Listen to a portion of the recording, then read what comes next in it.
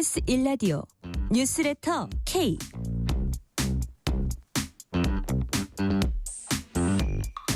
안녕하세요. 뉴스레터 진행하는 전종철입니다. 한덕수 대통령 권한대행이 문영배 이미선 헌법재판관 후임을 전격 지명하자 민주당이 강하게 반발했습니다. 국민의힘은 용단을 내렸다고 평가한 반면 민주당은 권한남용이라면서 권한쟁의 심판과 효력정지 가처분 신청을 내기로 했습니다. 관련 내용 포함한 정치권 주요 현안들 정치 토크 코너에서 꼼꼼히 짚어봅니다. 트럼프 미국 대통령의 관세 정책 여파가 금융시장을 강타하고 있습니다. 자유무역협정 한국 대표를 지낸 이혜민 한국외대 초빙 교수로부터 트럼프 대통령 관세 정책의 파장, 대응 방안을 자세히 알아봅니다. 청취율 조사 기간입니다. 02로 시작되는 전화가 오면은 뉴스레터 K라고 대답해 주시면 감사하겠습니다. 방송 중에 사연을 보내주시면은 추첨을 통해서 치킨 교환권 보내드릴 테니까요. 많은 참여 부탁드립니다. 문자 샵 9730 짧은 문자 50원 긴 문자는 100원 어플리케이션 콩으로 보내시면 무료입니다. 유튜브 KBS 1라디오 계정 채팅으로도 얘기 나누실 수 있습니다. 뉴스레터 K 지금부터 시작합니다.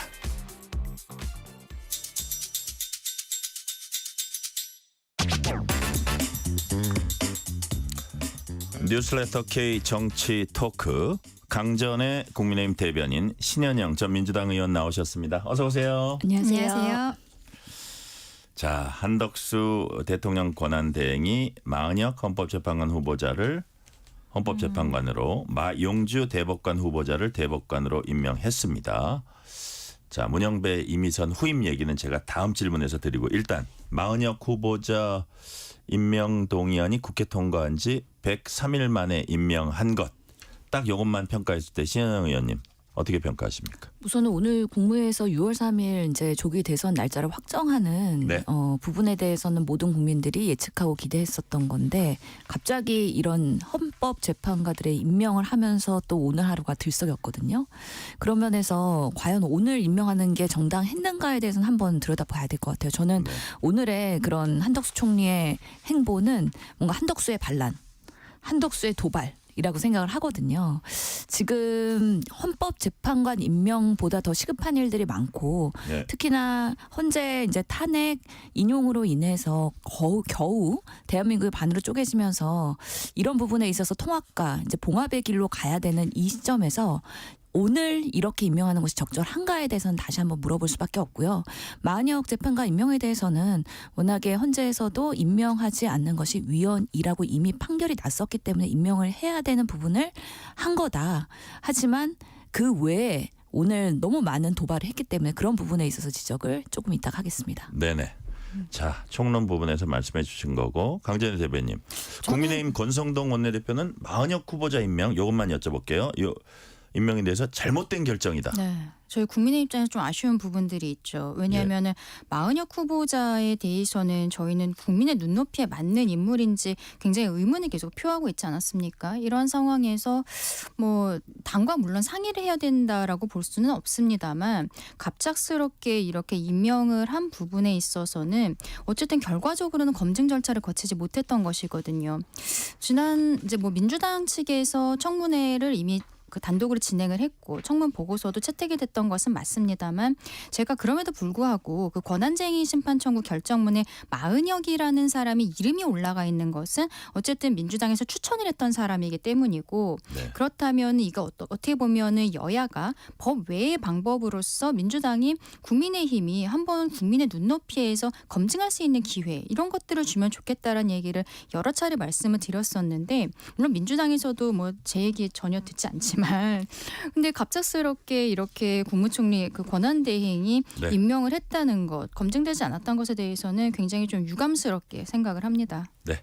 지금부터는 오늘의 주요 주제를 이제 다뤄보겠습니다. 자, 한덕수 권한대행은 열흘 뒤에 임기 종료되는 문영배 이미선 재판관 후임으로 이완규 법제처장, 함성훈 서울고등법원 부장판사 각각 지명했습니다. 함상훈. 자, 신현영 의원님, 민주당은 한대행이 헌법재판관 지명을 한 건 명백한 위헌이다라고 했습니다. 이유가 뭡니까? 위헌이란 이유. 실제로 지금 한덕수 총리는 권한대행이잖아요. 그렇기 때문에 대통령으로서 선출된 권력이 아닙니다. 그런 권한대행의 역할이 어디까지인가에 대해서는 여러 가지 의견이 분분하긴 하지만 기본적으로 헌법학회의 정설은 대통령 몫의 임명권까지 행사하는 거는 너무 과도한 조치다라는 얘기가 이전에 황교안 총리 때도 많은 기사에서 사실은 이미 이야기가 됐었고요. 그런 면에서 대통령 몫의 헌법재판관을 권한대행인 총리가 지명을 한다? 그런 사례는 단 한 번도 없었다는 면에서 초유의 사태라고 생각을 합니다. 예전에 황교안 총리도 박한철 헌재 소장 이거 대통령 몫이었는데 결국엔 퇴임했을 때 임명하지 않고선 차기 대통령한테 임명목을 넘기고서는 사실 그렇게 지나갔었는데 지금 이렇게 총리로서 권한대행이 이렇게 지명을 하고 또 그 대상이 이완규라는 사람인 것인데 이완규가 어떤 분이냐 조금 더 설명을 드리면 윤석열 전 대통령과는 서울대법대 동기이고 사법연수원 동기이죠. 뭐 56년직이라고 되어 있나요? 그렇기 때문에 워낙에 국민들이 봤을 때는 윤석열 사람이다라고 생각을 할 수밖에 없어요. 그 12월 3일 비상계엄 다음 날 안가회동할 때 이상민 그리고 박성재 그리고 김주연 이런 핵심 인사들 플러스 이 분이 같이 있었기 때문에 이완규 법제처장도 같이 윤석열의 내한회동에서의 한 사람으로서 주범 아니야라는 의심을 받고 있고요. 지금 공수처에 고발이 돼서 수사를 받아야 되는 사람이 어떻게 헌법재판소로는 이번에 그 비상계엄을 통해서 정말 8명의 헌법재판관이 정치에 휘둘리지 않고 정말 중심에서 독립적인 판단을 하는 그런 역할을 했던 헌법재판소에 이런 정치적인 인물을 보낼 수가 있느냐. 그런 면에서는 상당히 한덕수 총리가 무리수를 둔 것이고요. 이거는 위법한 행위이다. 그래서 그냥 관갈 수는 없다라고 생각을 합니다.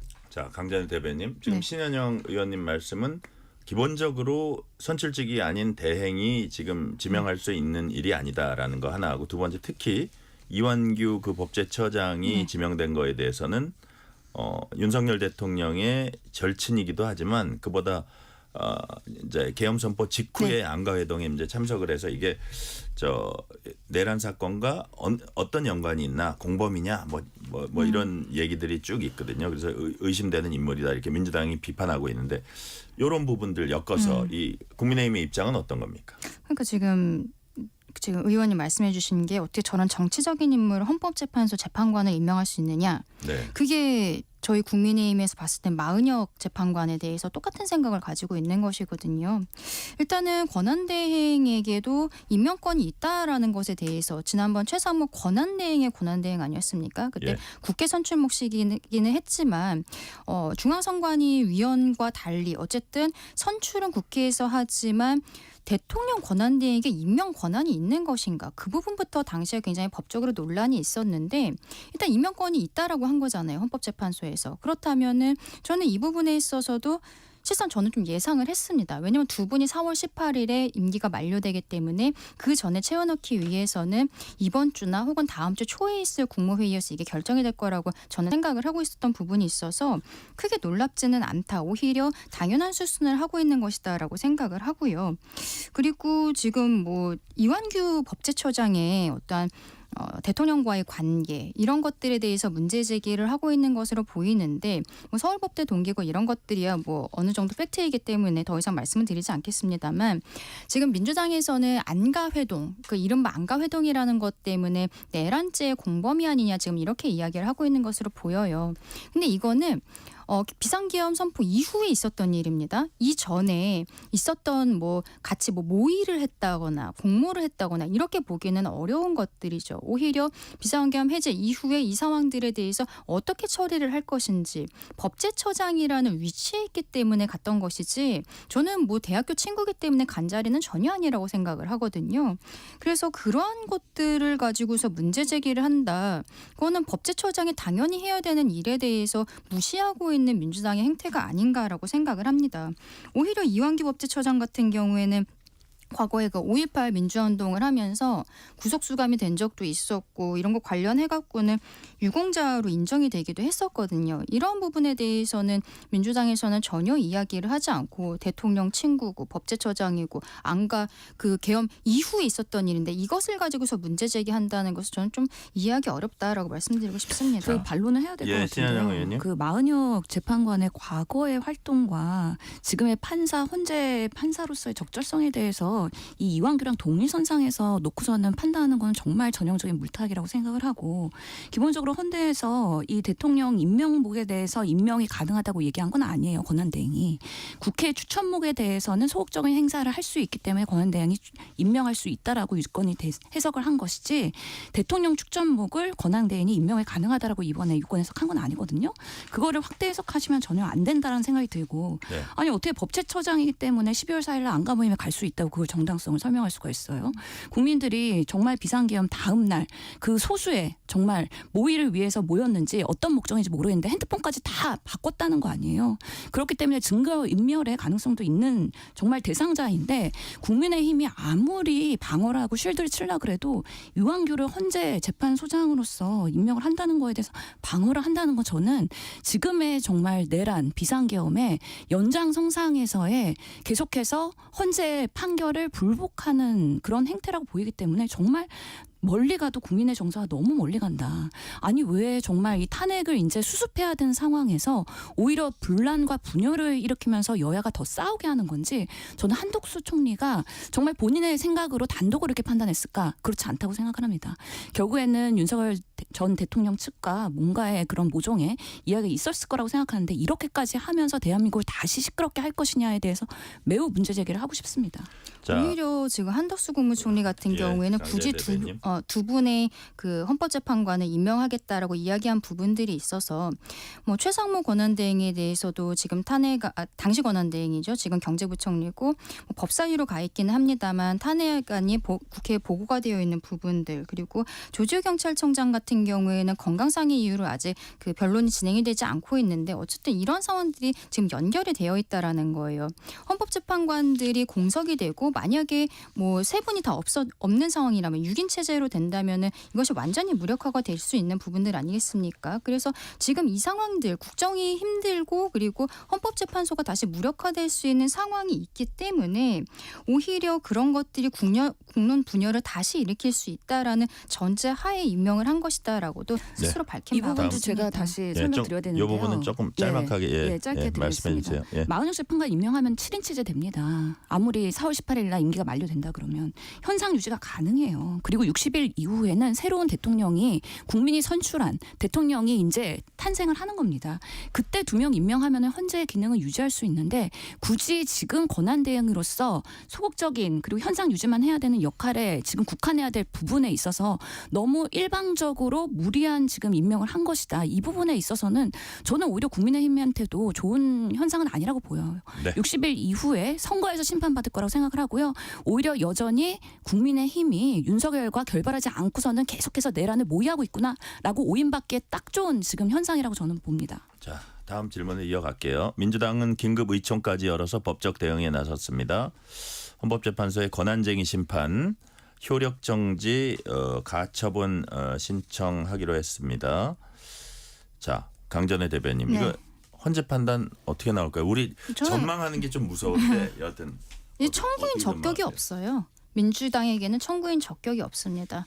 이것은 대통령이 임명할 수 있는 몫에 대해서 지금 권한대행이 임명을 한 것이기 때문에 민주당에서 지난번 같은 경우에는 국회 선출 몫이었기 때문에 그때 우원식 국회의장이 단독을 한 것이 또 문제가 있는 부분들이 있었습니다만 결국 국회에서 문제 제기를 할 수 있었던 건데 이거는 말하자면 다음번에 새로 6월 3일에 선출이 되는 네. 대통령 그분이 그 여기에 대해서 문제 제기를 할 수 있는 청구인 적격이 있다라고 봐야 될 것 같거든요. 지금 민주당은 본인들이 이미 대통령을 배출한 것처럼 곧 이렇게 될 것처럼 이야기를 하는 전자하에 이런 프로세스들을 이야기하고 있는 것인데 저는 이거 청구하면은 뭐 권한쟁의 심판이든 효력정지 가처분이든 청구인 적격이 없기 때문에 바로 각하될 것이라고 생각합니다. 네. 신현영 의원님은 예. 예. 이게 결국에는 피해본 당사자가 문제 제기를 해야지 사실은 이런 권한쟁의 심판, 효력 정지 가처분 이게 가능하다고 해요. 그렇기 네. 때문에 지금 누가 직접적인 피해를 받느냐 했을 때는 그 당사자가 지금 없는 상황인 그렇죠. 거예요. 그렇기 때문에 지금 한덕수 권한대행이 이렇게 지명을 해버리면 사실은 프로세스는 국회 인사청문회를 거쳐갖고 뭐 임명 보고서가 채택이 되지 않던 되던 간에 그냥 임명을 막을 길이 없는 거예요. 이런 허점을 이용해서 한덕수 지금 권한대행이 무리한 임명을 한 거라고 보이기 때문에 더 분노가 커질 수밖에 없다라고 생각이 드는 겁니다. 신현영 의원님 저 추가해서 하나 질문 드리면 민주당이 한덕수 대행에 대해 강력한 대응을 이제 예고하는 발언들이 좀 있는데 재탄핵 가능성 있다고 보세요? 그러니까 이거는 정말 탄핵은 남발하면 안 된다. 그렇기 때문에 자중해야 된다. 특히 지금의 그런 위기의 상황에서 또 권한대행을 탄핵할 것이냐. 이거는 정말 민주당으로서는 고민되는 부분이라고 생각을 해요. 그럼에도 불구하고 정말 이럴 때는 탄핵할 만한 명확한 근거를 권한대행이 직접 제공을 한 거거든요. 그런 면에서 당장 뭔가 탄핵을 하겠다라고 곧바로 얘기는 안 할 거라고 생각하지만 사유는 된다? 의원총회 내부에서 예. 상당한 토론을 할 겁니다. 그래서 그렇게 탄핵을 했을 때에 지금 대한민국에서의 헌정 질서의 회복과 그리고 정말 위기 국난을 위해서 긍정일 것이냐 아니면 오히려 조금 더 시기를 봐야 될 것이냐에 대한 논의는 해야 되기 때문에 예. 당장은 결론을 내기가 쉽지는 않을 것 같긴 하지만 많은 분들이 이런 사유로는 탄핵을 해도 괜찮다라고 말씀하실 가능성이 높다라고 생각합니다. 이번 질문은 강전의 대변인께 드릴게요. 우원식 국회의장도 한덕수 권한대행에 사과하라. 임명 철회하라. 인사청문 요구서가 오면 접수하지 않겠다. 자, 근데 이게 대통령 몫이면 국회 동의를 거쳐야 하는 그 국회 몫 3명하고는 다릅니다. 그렇죠. 임명 동의안이 이제 예. 필요 없는 건데 그럼 뭐라 그러죠? 인사청문 요구서라 그러나요? 그거를 접수 안 하면 이거를 거치지도 않아서 임명 못하는 건지 임명을 할 수는 있는 겁니까? 법적으로 어떻게 돼요? 이게 어쨌든 국회 동의가 필수적이지는 않기 때문에 예. 임명 자체가 불가능할 것이라고 생각이 되지는 접수를 않습니다. 안 해도 접수 거부하고 왜냐하면은 해도 대통령이 지금 이제 네. 물론 권한대행입니다만 대통령이 이 3명에 대해서 임명할 수 있다라는 것은 헌법에 규정이 되어 있거든요. 네. 그렇기 때문에 헌법상의 권한을 행사하는 것이라고 볼 수 있어서 이것을 국회 내의 절차적인 것으로서 막을 수 있는 것이라고는 생각이 되지가 않습니다. 그리고 국회의장 같은 경우에도 당연히 이러한 절차적인 것에 대해서 알고는 있지만 지금 민주당이 문제 제기를 하는 것처럼 우원식 의장도 본인이 국회의장으로서 여기에 대해 문제 제기를 하고 있는 것이 아닌가 그 정도 수준으로 보입니다. 네. 근데 이게 절차상에서요. 결국에는 국회 네, 인사청문회를 신현영 의원님. 거쳐야 되잖아요. 그러려면 우원식 의장이 그런 요구서를 접수를 하고 이제 국민의힘과 민주당의 인사청문회 구성에 대한 요청을 하고 그럼 각자의 그런 인사청문회 의원들을 선발을 하고 그러면서 청문회가 진행이 되고 그러면서 보고서가 채택이 되고 그게 다시 대통령실로 돌아오게 될 텐데요. 그런 과정이 패싱됐을 때 사실 이것도 초유의 사태이기 때문에 처음 경험하는 일인 거죠. 그때 만약에 권한대행이 직접 그런 과정을 패싱하고서는 임명했다라고 했을 때 대한민국이 얼마나 또 망가지는 시스템으로 갈 수밖에 없겠습니까? 그렇기 때문에 이런 무리한 일들을 서로는 좀 자중하자. 정말 그런 부분에 있어서 저는 너무 안타까운 거예요. 왜 이제는 조금 더 회복의 시간을 갖고 선거를 통해서 대한민국의 미래를 얘기해야 되는 이 시점에 다시 한번 정쟁의 소용돌이로 가면서 기존에 있는 프로세스와 헌법을 파괴하는 방식으로의 도발을 하는가. 저는 너무 이해가 안 되고 안타까운 상황입니다. 이것도 생각을 해보면은요. 강자연 만약에 한덕수 권한대행이 바로 그냥 임명을 하게 되면 우원식 국회의장 측에서 다시 권한쟁의 심판 청구를 할 가능성이 저도 있다라고 생각을 합니다. 왜냐하면 임명권 자체에 대해서는 이제 지난번 같은 경우에는 국회의 선출권이 침해되었다. 이렇게 지금 이야기를 했던 건데 이번에는 뭐 인사청문 권한이 침해되었다라든지 이런 형태의 이야기를 할 가능성도 있기는 합니다만 그래도 어쨌든 결론적으로는 제가 앞서 말씀드린 것처럼 헌법상의 대통령이 임명할 수 있다, 임명한다라고 되어 있고 그 절차에 대해서 구체적인 규정이 있다라고 볼 수는 없어요. 그러면은 이것을 헌법 위반이라고 볼 것인가? 저는 그렇게 보기에는 어렵다라고 생각합니다. 네. 이게 이제 잘했다 잘못했다 요거는 양쪽의 이제 입장이 다르니까 서로 이제 공방을 벌일 수 있고 다만 이게 대법원 구성이라든지 그다음에 헌재 구성이라든지 이런 부분을 둘러싼 어떤 정치권의 아주 예민한 시각이 반영된 것 같은데 시간 관계상 주제를 바꿔보겠습니다. 네, 잠깐만 정리를 하자면 어쨌든 권한쟁의 심판 짧게. 청구에 있어서 예. 민주당이 하는 것은 저는 그 임명권 자체에 대해서 문제 제기하기는 어려울 것이라고 생각하는데 청문 절차 이런 것들에 대한 뭐 권한 이런 것들의 문제 제기는 좀 민주당에서 하게 되지 않을까. 다만 그 부분은 좋은 결과가 나오진 않을 것 같다라고 생각합니다. 네. 자, 신현영 의원님. 이전에 보니까 그 장관들 중에서도요 인사청문회 없이 그냥 대통령이 임명한 사례가 있더라고요. 보니까 대표적으로 뭐 박순애 그 교육부 장관이나 이런 사례들이 있어서 네. 사실 패싱하고 그냥 임명을 할 수가 있어요. 무리하게. 근데 한덕수 권한대행이 그렇게 무리하게까지 할 것이냐. 그랬을 때 과연 이것이 국민의힘과 지금의 권한대행으로서의 국민들한테 보여주는 면모가 얼마나 마이너스가 될 것이냐 했을 때 저는 그러면 뭐 개헌 얘기 그냥 다 날아가고요. 그리고 60일 이후의 대선 결과는 불보듯 뻔할 거다. 그런 무리수나 정말 자살골 행위를 할 것이냐에 대한 질문을 진지하게 드리고 싶은 거예요. 네. 정부는 21대 대통령 선거일을 6월 3일 화요일로 확정하고 이날을 임시 공휴일로 지정했습니다. 지금 계속 얘기했던 그분 한덕수 대행 발표 들어보시겠습니다. 정부는 선거관리위원회 등 관계 기관과 협의하여 선거 관리에 필요한 법정 사무의 원활한 수행과 각 정당의 준비 기간 등을 고려하여 오는 6월 3일을 대한민국 제21대 대통령 선거일로 지정하고자 합니다. 또한 국민들께서 소중한 투표권을 원활하게 행사하실 수 있도록 선거 당일을 임시 공휴일로 지정합니다. 자, 강전의 대변인. 네, 헌재 선고로부터 60일 꽉 채운 날 같아요. 6월 네, 3일이. 맞습니다. 뭐 하루라도 더 짧으니까 기간 짧으니까 하루라도 더 기묘하게 준비해라 이런 걸까요?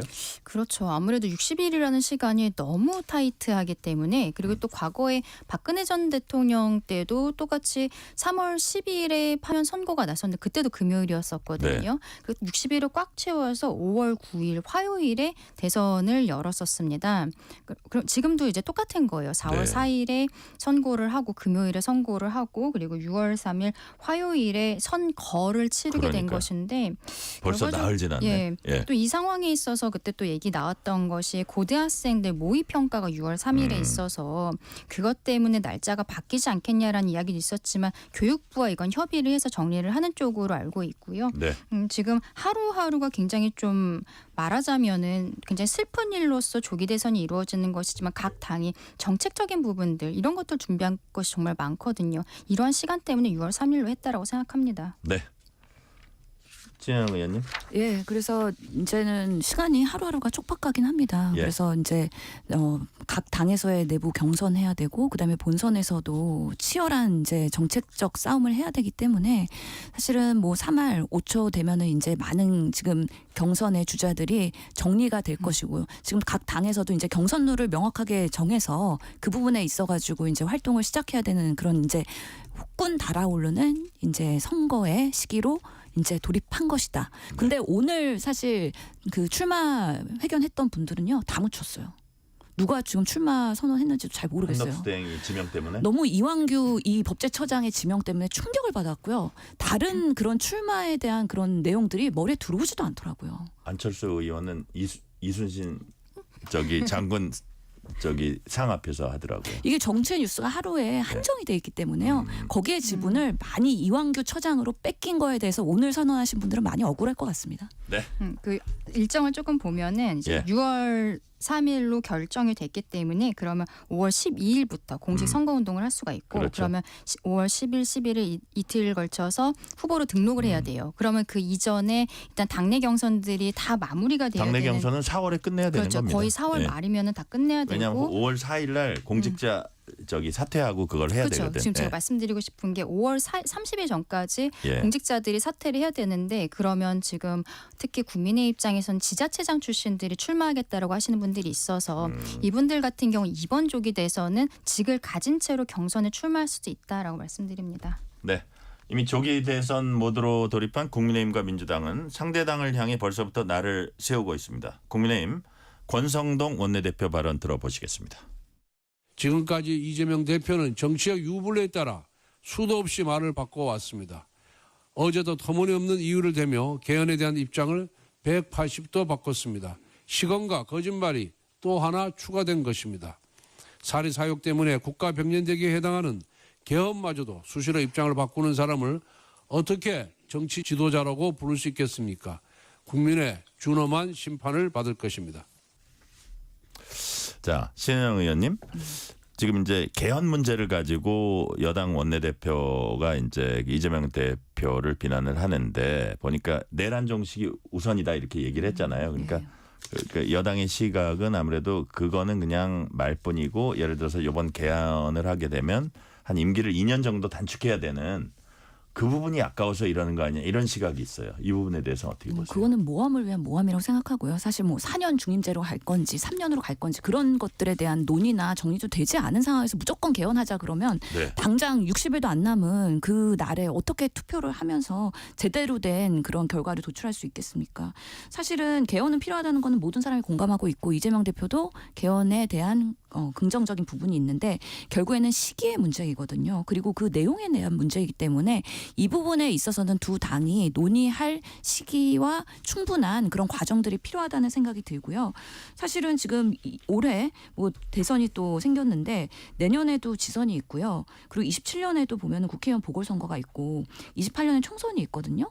그래서 앞으로도 계속 매년 선거가 있을 예정이에요. 그렇기 때문에 지금 개헌 논의를 이제 선출되는 정권이 들어서면 본격적으로 논의하면서 언제 이 개헌 투표를 할 건지 국민 투표제를 붙일 건지 그리고 여러 가지 그런 미비점들을 해소할 건지에 대해서 논의는 꼭 필요하다고 생각합니다. 근데 지금 상황에서는 할 수가 없다. 왜냐하면 여전히 윤건희가 아니라 윤석열, 김건희 그 두 분은 지금 관저에서 나오지 않고 있어요. 언제 나올지 모르는 상황이기 때문에 관저 정치를 계속하고 있고 그리고 지금 오늘의 그런 이완규 법제처장 임명 이런 것들을 보면은 내란 세력들이 아직도 뭔가 모의를 하고 있는 거 아니야? 라는 의구심을 가질 수밖에 없거든요. 그렇기 때문에 명백하게 내란죄에 대한 뭔가 명확한 그 당사자들에 대한 처벌, 수사 이런 것들이 어느 정도는 진행된 이후에 다음 과제로 넘어갈 수 있지 않을까. 그런 면에서 이 개헌이라는 거는 두 당이 충분히 소통을 하면서 협력하고 공감대가 있는 부분들이 반영이 될 수밖에 없기 때문에 지금 이런 내란에 대한 이슈를 가지고 있는 상황에서는 절대 못한다라는 생각이 들어서 중요한 것부터 차근차근 좀 해결해야 된다라는 생각이 듭니다.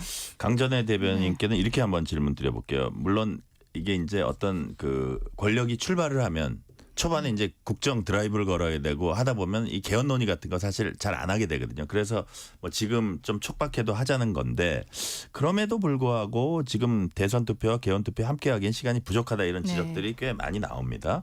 자, 예를 들어서 선관위도 뭐라 그랬냐면 대선 총선 투표 같은 날 하기 위해선 오는 15일까지 뭐 다음 주 한 중반인가 뭐 화요일인가 수요일인가 그래요. 국민투표법 개정을 마무리해야 한다. 뭐 이런 그 해석도 놔주고 했는데 촉박한 겁니까? 아니면 보시기에 의지가 있으면 가능한 겁니까? 의지가 있으면 가능하죠. 그런데 어쨌든 개헌이라는 것은 여야의 합의도 중요하지만 또 우리 국민들께 설득을 하는 시간도 필요한 거거든요.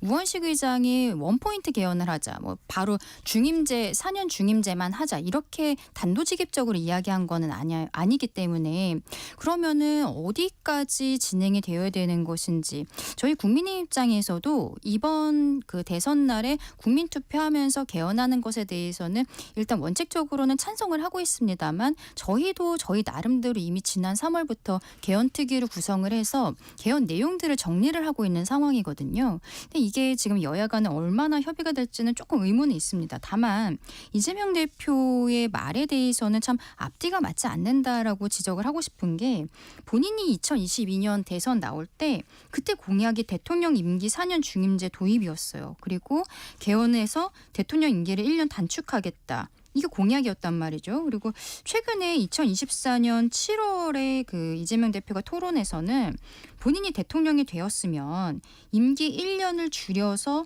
개헌할 생각이었다. 왜냐면 24년 총선 때 뭐 국민투표하자 이런 이야기들을 이전에 해놓은 바들이 있었거든요. 근데 그때는 뭐 대선 공약으로서도 4년 중인지 뭐 개헌 이런 얘기 하다가 네. 왜 지금 와서는 갑작스럽게 내란 종식이 먼저다라고 이야기를 하는지 국민들께서 의아하신 거죠. 이게 수사하고 처벌하는 것은 사법기관이 할 일이지 민주당이 할 일이거나 이재명 대표가 할 일이 아니라는 겁니다.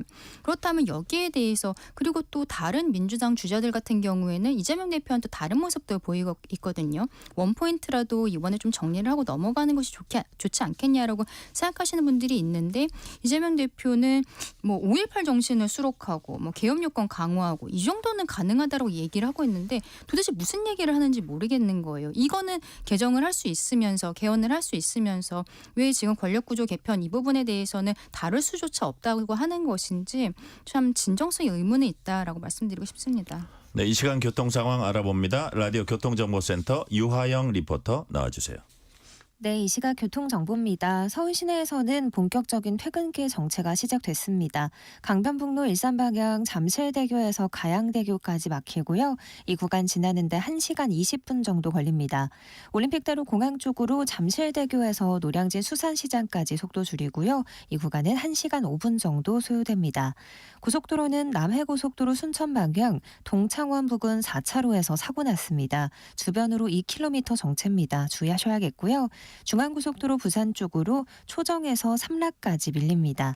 수도권 제1순환고속도로 구리에서 일산 쪽으론 별내에서 사패산 터널까지 긴 구간 정체고요. 일산에서 판교 쪽으론 계양에서 송내까지 밀립니다. KBS 교통정보센터였습니다. 퇴근길 당신과 함께 읽는 세상 이야기 KBS 1라디오 뉴스레터 K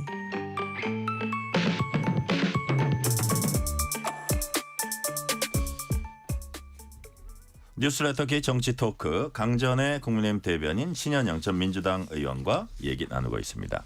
자, 국민의힘이 개헌을 화두로 이재명 대표 공격하고 있는 반면에 민주당은 국민의힘을 향해서 조기 대선 책임론 꺼내 들었습니다. 민주당 박찬대 원내대표 발언 들어보시겠습니다. 국민의힘은 1호 당원 내란 속의 윤석열 징계를 하지 않고 있습니다. 심지어 대선까지 징계를 위한 윤리위 회의 개최 계획도 없다고 합니다. 이 정도면 위헌 정당 확정 아닙니까? 도대체 무슨 염치와 자격으로 후보를 낼 생각을 하는지 모르겠습니다. 국민의힘은 지금이라도 후보를 내지 않겠다고 국민께 천명하십시오. 긴급 기소에 네네. 자, 지금 박찬대 원내대표가 얘기를 했어요. 얘기를 했는데 조기 대선 자초한 책임이 있는 정당으로서 대선 후보 내지 않는 게 정치적 도리다. 이렇게 이제 주장을 했습니다. 강전의 대변인 동의하십니까? 일단은 저희가 굉장히 책임감을 가지고 있다라는 부분 여기에 대해서는 먼저 말씀을 드리고 싶고요. 네. 이번 헌법재판소 결정이 나오기 전부터 저희는 계속적으로 여기에 대해서 받아들일 것이고 그리고 어떻게 정치적인 책임을 질 것인가 우리 국민들께 쇄신책을 보여드리기 위해서 지금 다분히 노력을 하고 있는 상황입니다. 그러면 국민의힘에게 어떤 심판을 할 수 있는 것은 국민뿐이지 저는 민주당은 아니라고 생각을 해요. 그래서 이번 대선에서 민주당에서 뭐 후보 내지 마라라고 이야기한 부분들은 본인들이 과거에 뭐 서울시장, 뭐 부산시장 그것들이 뭐 좀 생각이 나는 부분들이 있는데 네. 글쎄요. 지금 이거는 저는 이렇게 후보를 내지 않는 것으로 정리될 수 있는 문제는 아니라고 생각합니다. 국민의힘이라는 당이 계속적으로 존속을 할 것이고 보수 정당으로서 향후에 어떠한 정책적인 모습들을 보여드릴 것인지 이번 대선에서 저희가 승리하든 패배하든 간에 보여드려야 되는 부분들이 저는 분명히 있다라고 생각을 하고 거기에 대해서 실망을 하시면 국민들께서 표를 주지 않으실 것이고 그리고 응원을 해주신다고 하면 또 표를 주실 것이라고 생각을 합니다. 여기에 대해 민주당이 이런 형태로 뭐 이렇게 모든 것이 내란죄가 다 뭐 유죄가 나온 것처럼 이런 형태로 묶어서 이야기하는 것은 지금으로서는 맞지 않다라고 생각합니다. 자, 신현영 의원님 지금 일단 그런다고 해서 국민의힘이 후보를 안 낼 거라고 아마 생각할 것 같지는 않고 아무래도 뭐 지지층 혹은 유권자들을 위한 좀 정치적 메시지인 성격도 있는 것 같아요. 만약에 국민의힘이 이번에 후보를 내지 않으면 다음 선거에서는 승산이 있다고 저는 보거든요. 그래요? 그래서 이번 조기 내면은 계속 없어요? 이번에 뭐 그 결과는 지금 여러 여론조사를 통해 가지고는 정권 교체에 대한 국민 열망이 크고 특히나 지금 국민의힘이 이 탄핵 뭐 찬탄파 반탄파 해가지고 또 난리도 아니었지만 네. 결국에는 8대 0으로 이렇게 깔끔한 탄핵의 판결을 받으면서 완패를 한 거죠. 그럼에도 불구하고 국민들한테 사과나 아니면 이런 부분에 있어서 국민과 괴로이 되는 눈높이에 대해서 제대로 된 뭔가 소명이나 이런 부분들이 해소가 되지 않은 상태에서 그냥 유야무야하면서 지금 또 다시 뭐 선거 국면으로 가고 있거든요. 그런 면에서 결국에는 승산이 있을 것이냐. 그런 면은 매우 부정적이라는 말씀을 드릴 수밖에 없고 네. 특히 탄핵 인용되고 나서 다음 날에 국민의힘에서 의원총회 했을 때 내부에서 나온 얘기입니다. 후보를 내지 않는 것이 맞다라고 주장한 의원들도 계시고요. 또 요즘에 동영상이 많이 돌더라고요. 홍준표 우선 대구시장께서 홍준표 시장이 과거의 발언이 뭐 탄핵 파면된 이재명 대통령 대표가 많이 웃대요. 이렇게 고개 숙이고 표정 나올까 봐. 예. 옆에서. 그 후보 내지 김민석 않는 게 의원하고. 맞지라고 단호하게 얘기하셨던 그런 동영상이 지금 많이 돌고 있어요. 그래서 과거에는 그렇게 생각했는데 지금은 또 현실적으로는 안 낼 수 없겠다라고 생각하면서 또 준비하고 있는 것 같아요. 근데 강서구청장 보궐선거 때도 네. 후보 냈다가 완전히 완패했잖아요. 그래서 그런 부분에 있어서의 나름의 정부적 판단을 잘 해야 될 거다. 근데 아마 현실적으로는 안 낼 수는 없겠죠. 근데 도리상 그리고 원론적으로 얘기했을 때는 안 내는 것도 기본적인 우리 정치의 염치상에서는 맞는 이야기다라고 원내대표가 얘기한 거 아닌가 싶습니다. 일단 강재 뭐 대변인 요 말씀 좀 짧게. 네, 뭐 기초단체장과 지금 대통령 선거는 다르고 앞서 말씀드린 것처럼 저희가 정책적인 모습들, 쇄신하는 모습들을 보여드리는 기회도 될 수 있기 때문에 후보를 내지 않는 것은 있을 수 없다라고 생각하고요. 조금 아까 신 의원님께서 그 8대 0 헌법재판소 결정에 대해서 잠깐 언급을 해주셔서 그 내용을 보면은 민주당에 대해서도 좋게 평가하지는 않았었거든요. 재판관들께서 야당의 전횡으로 인해서 국정이 마비되었던 것에 대해 윤석열 전 대통령이 막중한 책임감을 느꼈을 것으로 보인다라는 부분들 그리고 여기에 대해서 대통령과 국회는 뭐 민주당을 이야기하는 것으로 보이는데 일방의 책임으로 볼 수는 없다라는 것도 정확히 짚은 바가 있습니다. 그런데 이번에 대통령에 대한 8대 0 결정이 나왔다라고 해서 민주당에서는 본인들의 그동안의 뭐 폭주라든지 이런 것들이 모두 면죄부를 받은 것처럼 저는 행동하고 있는 것이 아닌가. 오히려 이 부분에 있어서 이번 조기 대선 과정에 있어서도 국민들께서 분명히 판단하실 것이다라고 생각합니다. 자, 지금부터는 후보들의 대선 준비. 먼저 이재명 대표가 신현영 의원님 내일 대표직 내려놓습니까? 지금 알려준 바로는 내일 사퇴 회견을 하고 그다음에 그래요? 출마 선언을 하는 걸로 되어 있기 때문에 뭐 그 수순대로 진행이 되지 않을까. 뭐 하루하루가 워낙에 총각을 다투는 이번 조기 대선이기 때문에 네. 계속해서 좋은 정책, 대한민국의 미래를 어떻게 그려나갈 건지에 대해서 국민들한테 보여주는 시간이 될 것이고요. 그런 면에서는 빠르게 이제는 행동할 타이밍이다라고 생각합니다. 자, 신현영 의원께 하나 더 여쭤볼게요. 진보 진영에선 김두관 전 의원이 뭐 어제 첫 대권 출사표 던졌고요. 어대명 경선으로는 본선 승리 어렵다. 그래서 이제 시작부터 이 대표 견제에 들어갔는데 지금 김두관 전 의원 말고 김동연, 김경수, 김부겸 3K, 4K 이분들이 좀 긍정적으로 검토를 하고 있는 걸로 좀 알려졌는데 출마를요? 예. 그러니까 모르겠어요. 그분들 중에 누가 나오고 안 나오는지는 뭐 최종적으로 확정은 안 됐지만 좀 약간 압도적인 이재명 대표를 상대로 경선다운 경선이 펼쳐질 수 있을까요? 어떻게 보세요? 뭐 압도적이기 때문에 경선다운 경선이라기보다는 그래도 우리 대표적인 여러 주자들이 예. 이번 대선을 위해서 이런 비전을 갖고 국민들한테 호소하겠다라는 면에서는 결국에는 메시지와 정책으로 승부를 내는 그 과정이 될 거라고 보이는데요. 네. 김동연 지사랑 김경수 지사도 아마 지금 사무실 다 여의도에 계약하고서는 운영하고 있을 거기 때문에 출마는 기정사실 되는데 이제 시간 언제 선언할 타이밍? 것이냐 그런 싸움입니다. 김동연 지사도 이제 곧 그 공항에서 인천공항에서 미국 출국하면서 선언하기로 했고요. 네. 김경수 지사도 이제 얘기하겠다고 하는 상황이기 때문에 그런 부분에서는 이번에 물론 이재명이 대표로서 후보로서의 가장 강력한 그런 대상자이긴 하지만 나머지 주자들도 계속 민주당에서의 후보군으로서 그리고 앞으로의 리더로서의 역할을 충분히 보여줄 수 있는 기회로서 보여야 되는 거고요. 그러려면 결국에는 경선 룬이나 어떤 방식으로의 이제 투표를 할 것이냐 이런 부분에 있어서 조금 더 이런 군소 후보들에 대한 의견들이 많이 반영됐으면 좋겠다는 생각도 듭니다. 자, 시간 관계상 민주당 거는 신현영 의원께 하나 질문 하나 더 드릴게요. 자, 어대명 어차피 대선 후보 이재명이라는 말이 나오는 상황에서 또 조국혁신당 같은 데서는 국민참여 경선 오픈 프라이머리 형식으로 경선하자. 이게 현실화될 가능성이 있을까요?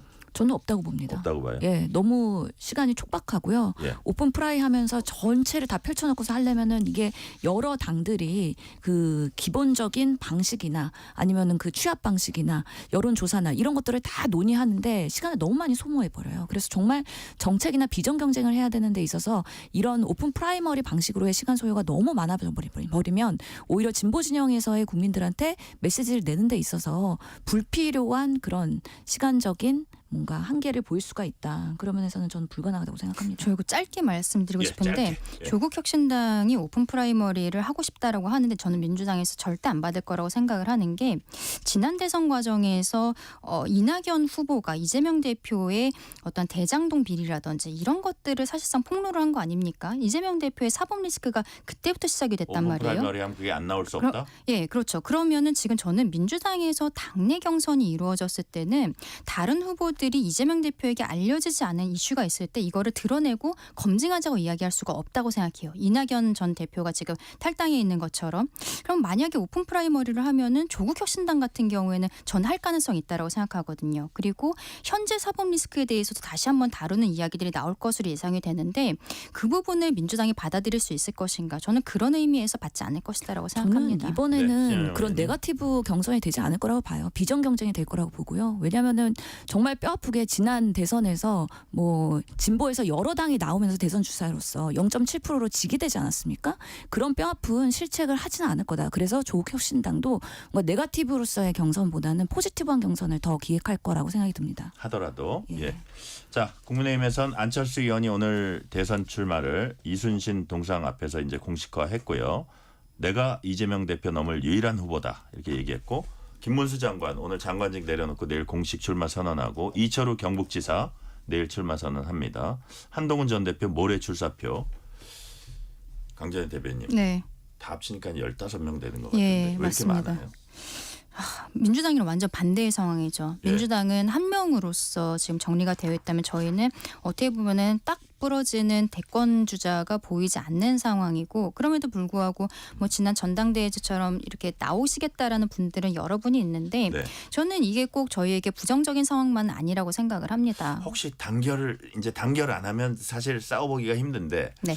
나중에 단결이나 이런 통합이나 이런 거를 해치는 방향으로 가지 않을까 이런 가능성은 지금으로서는 어떻게 보세요? 저희가 단결이 해쳐지면은 예. 대통령도 파면이 되어서 조기 대선이 이루어지고 있는 상황에서 모두가 분열은 필패라는 것에 대해서는 그렇게 공감대가 갈것 있기 같진 때문에 않다? 예, 전혀 그렇게 생각하지 않고요. 오히려 대통령에 대한 어떤 스트레스를 취해야 되는가 지금 뭐 출당, 탈당 이야기들도 나오고 그리고 비상계엄에 대해서 당에서 어떠한 입장을 정리를 할 것인가 이런 것들이 저는 지금 비대위 지도부보다는 이 경선 과정에 있어서 대권 후보들 간의 토론을 통해서 자연스럽게 이야기들이 나올 것이라고 생각하거든요. 네. 왜냐하면 우리 당원분들도 아직까지도 윤석열 전 대통령에 대해서 지지하시는 분들이 계시고 그리고 처음부터 지지하지 않으셨던 분들 헌법재판소 결정이 나온 이후에 마음이 바뀌신 분들이 혼재되어 있는 상황입니다. 네. 그러면 저희들은 후보들이 각 본인과 이제 의견이 맞는 분들과 함께 이야기를 나눌 수 있고 극단적으로 보았을 때는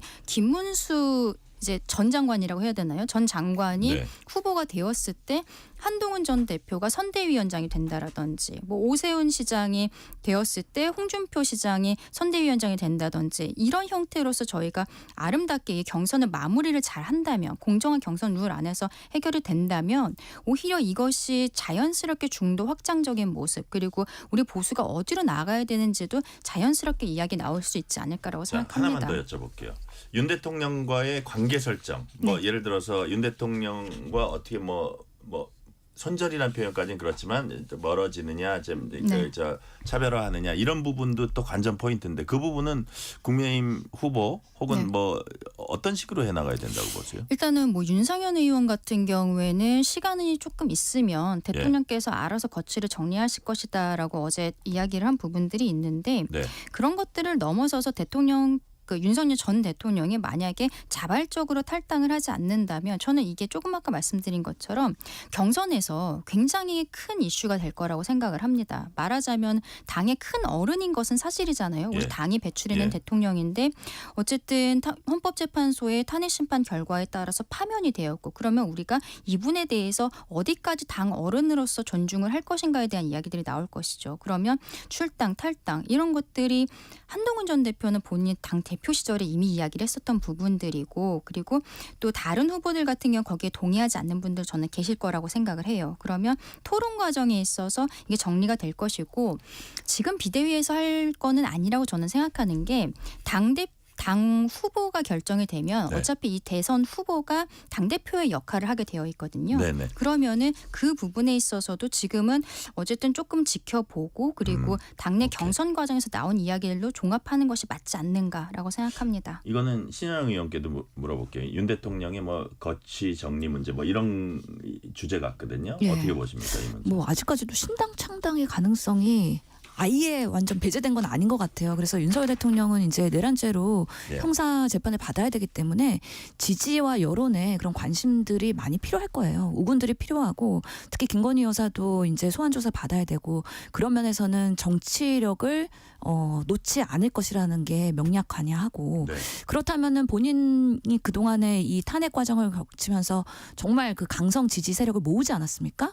그렇기 때문에 그런 부분에 있어서의 영향력을 분명히 비칠 것이다. 그러면서 지금 15명의 이상의 후보가 나오고 있는데 각자 비상계엄이 정당했는가 그리고 탄핵에 대해서 찬성했는가 반대했는가에 대한 명확한 입장부터 밝히면서 국민의 여론과 중도층의 그런 표심을 사실 호소해야 그분들이 선명성을 가지고선 국민의힘이 앞으로의 그런 대한민국 미래를 정치를 어떻게 써나갈 것인지가 규정이 될 것이다. 그러면서 명확하게 입장을 밝히는 게 첫 번째다라고 생각을 합니다. 네. 자, 이준석 개혁신당 의원은 오늘 대선 예비후보 등록 마쳤습니다. 홍준표 대구시장이 뭐 단일화 관련 얘기를 했더니 국민의힘이 나를 모욕적인 주장을 통해 내쫓았기 때문에 어떤 반성이나 사과의 기미가 없는 상황 속에서 단일화 논의 무의미하다 일축했습니다. 그럼 반성이나 사과하면 강전의 대변인 요거는 시간 관계상 짧게 반성이나 사과하면 할 수도 있다는 뜻으로 읽혀요. 무슨 저희 뜻인가요? 국민의힘에서 어떠한 반성과 사과를 해야 된다는 것인지 저는 전혀 이해가 되지 않는 부분이 있고 오히려 이준석 이제 대표인가요? 이준석 의원 같은 경우에는 네. 본인이 개혁신당 자체가 지금 대선을 치를 수 있는 정당인가 그 상황에 대해서 스스로 돌아봐야 되지 않나라고 생각을 합니다. 네. 자, 조기 대선에서 정권 교체 바란다는 응답이 56.9%, 정권 연장 바란다는 의견 37.0%로 나왔습니다. 리얼미터가 에너지경제신문 의뢰로 지난 2일부터 4일까지 전국 만 18세 이상 유권자 1,516명 대상으로 무선 자동응답 방식으로 조사한 결과입니다. 자세한 내용 중앙선거여론조사심의 홈페이지 참조하시면 됩니다. 저 이거 외울 것 같아요. 자, 전주 비교해서 정권 교체 선호도 0.2%포인트 하락, 정권 연장 선호도 0.8%포인트 감소. 거의 비슷해요. 그다음에 정당 지지도도 그 전주하고 거의 비슷합니다.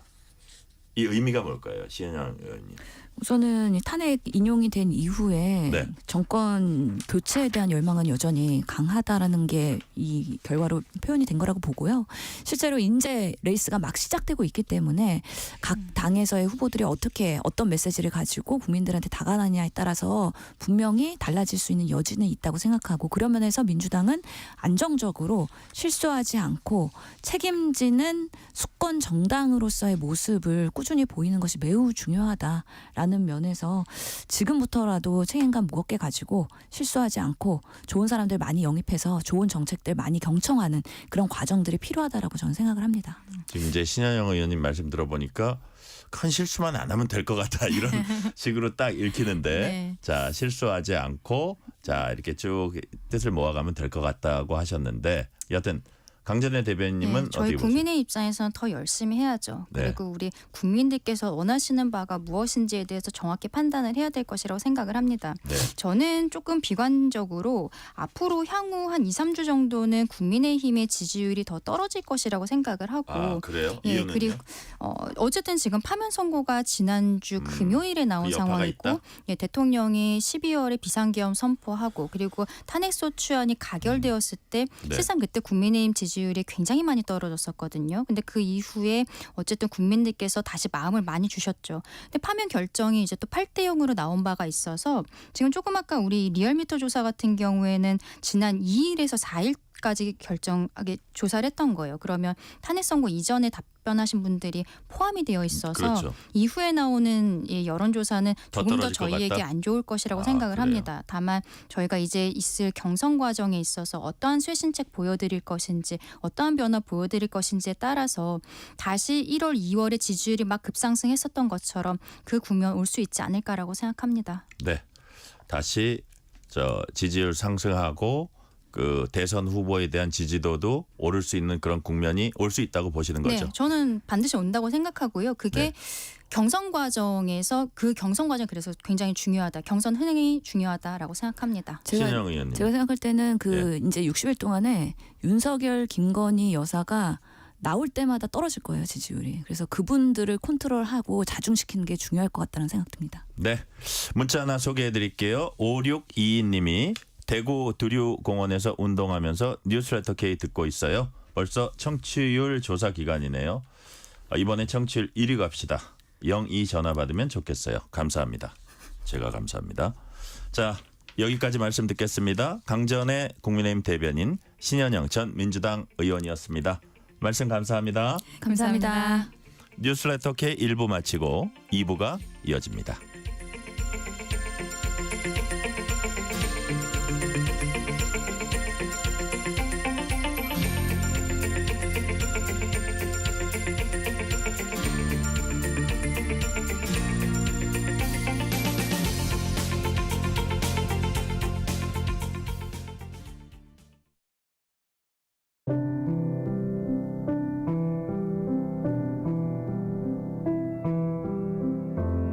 KBS 라디오 연중기획 희망충전 대한민국 633번째 이야기.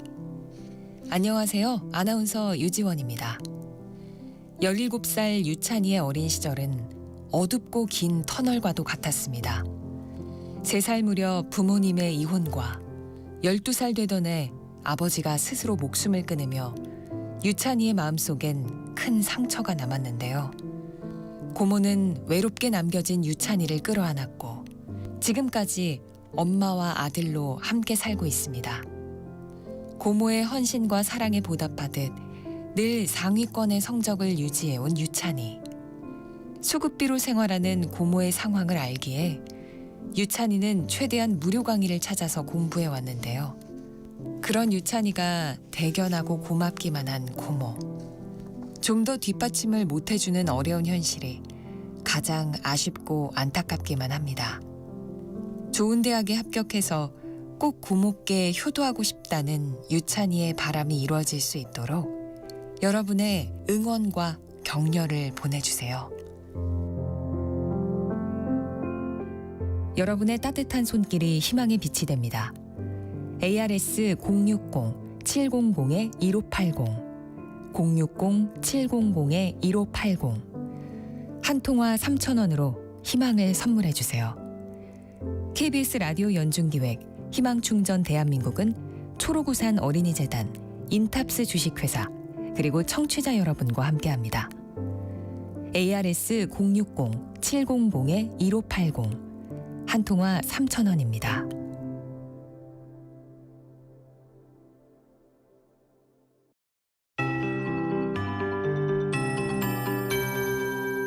KBS 58분 날씨. 오늘 김해와 밀양이 27도까지 기온이 올랐습니다. 경상권은 건조특보도 내려져 있는 데다가 덥기까지 했는데요. 내일 아침 서울이 8도, 8도, 광주, 대구 7도, 세종 5도, 대관령, 영하 1도 등으로 대부분 지역이 5도 안팎으로 떨어지면서 다시 쌀쌀해지겠습니다. 또 강원 내륙과 산지는 0도 안팎으로 서리와 얼음이 관측되는 곳도 있겠습니다. 내일 낮 기온은 서울이 18도로 오늘과 엇비슷하겠고요. 대전, 광주, 대구 22도 등 전국이 15도에서 22도로 역시 오늘처럼 평년보다 2도에서 5도가량 높겠습니다. 당분간 일교차는 15도 내지 20도 안팎으로 벌어지겠고요. 내일 늦은 오후에 비가 시작되기 전까지 경상권 중심으로 대기가 매우 건조하겠습니다. 경상권과 충북, 전라권 일부, 제주, 산지에 건조주의보 내려져 있고요. 바람도 약간 강해서 화재 예방에 주의하셔야 됩니다. 건조특보는 내일 비가 오면서 차츰 해제되겠습니다.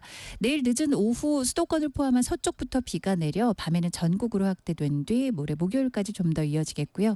예상 강우량 충청과 남부, 제주 5에서 40mm, 서울 등 수도권과 강원권은 5mm 내외, 그리고 주말에도 전국에 비 예보가 있습니다. 점차 내일 또 다른 황사가 북서풍을 타고 남동진하긴 할 텐데 대부분 상층으로 지나면서 PM10 농도에 큰 지장 없겠고요. 내일 수도권 등 중서부 지역만 나쁘겠습니다. 최영우였습니다.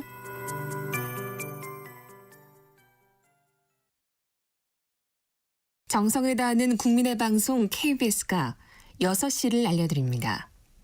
AM 711kHz, FM 97.3MHz, KBS 1라디오입니다.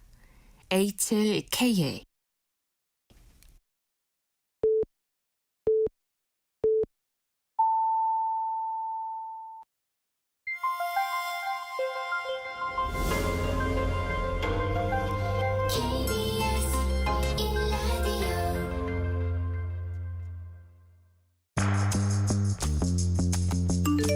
여러분은 지금 퇴근길 시사편지 한 장, KBS 1라디오 뉴스레터 K를 듣고 계십니다.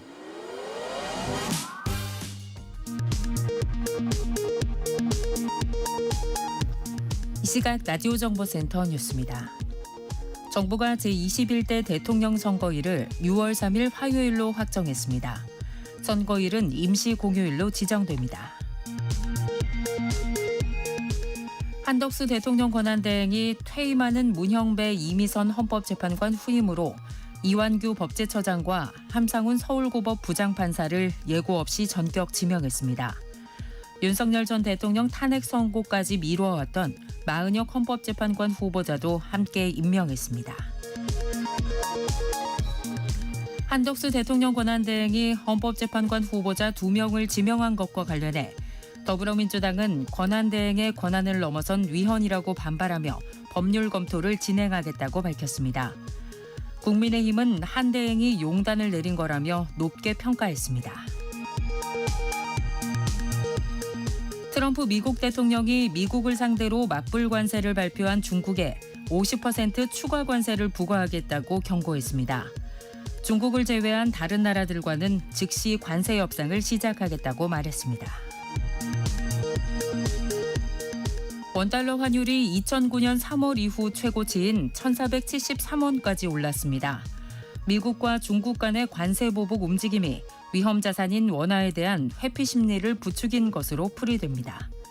지금까지 라디오 정보센터 뉴스 편유희였습니다.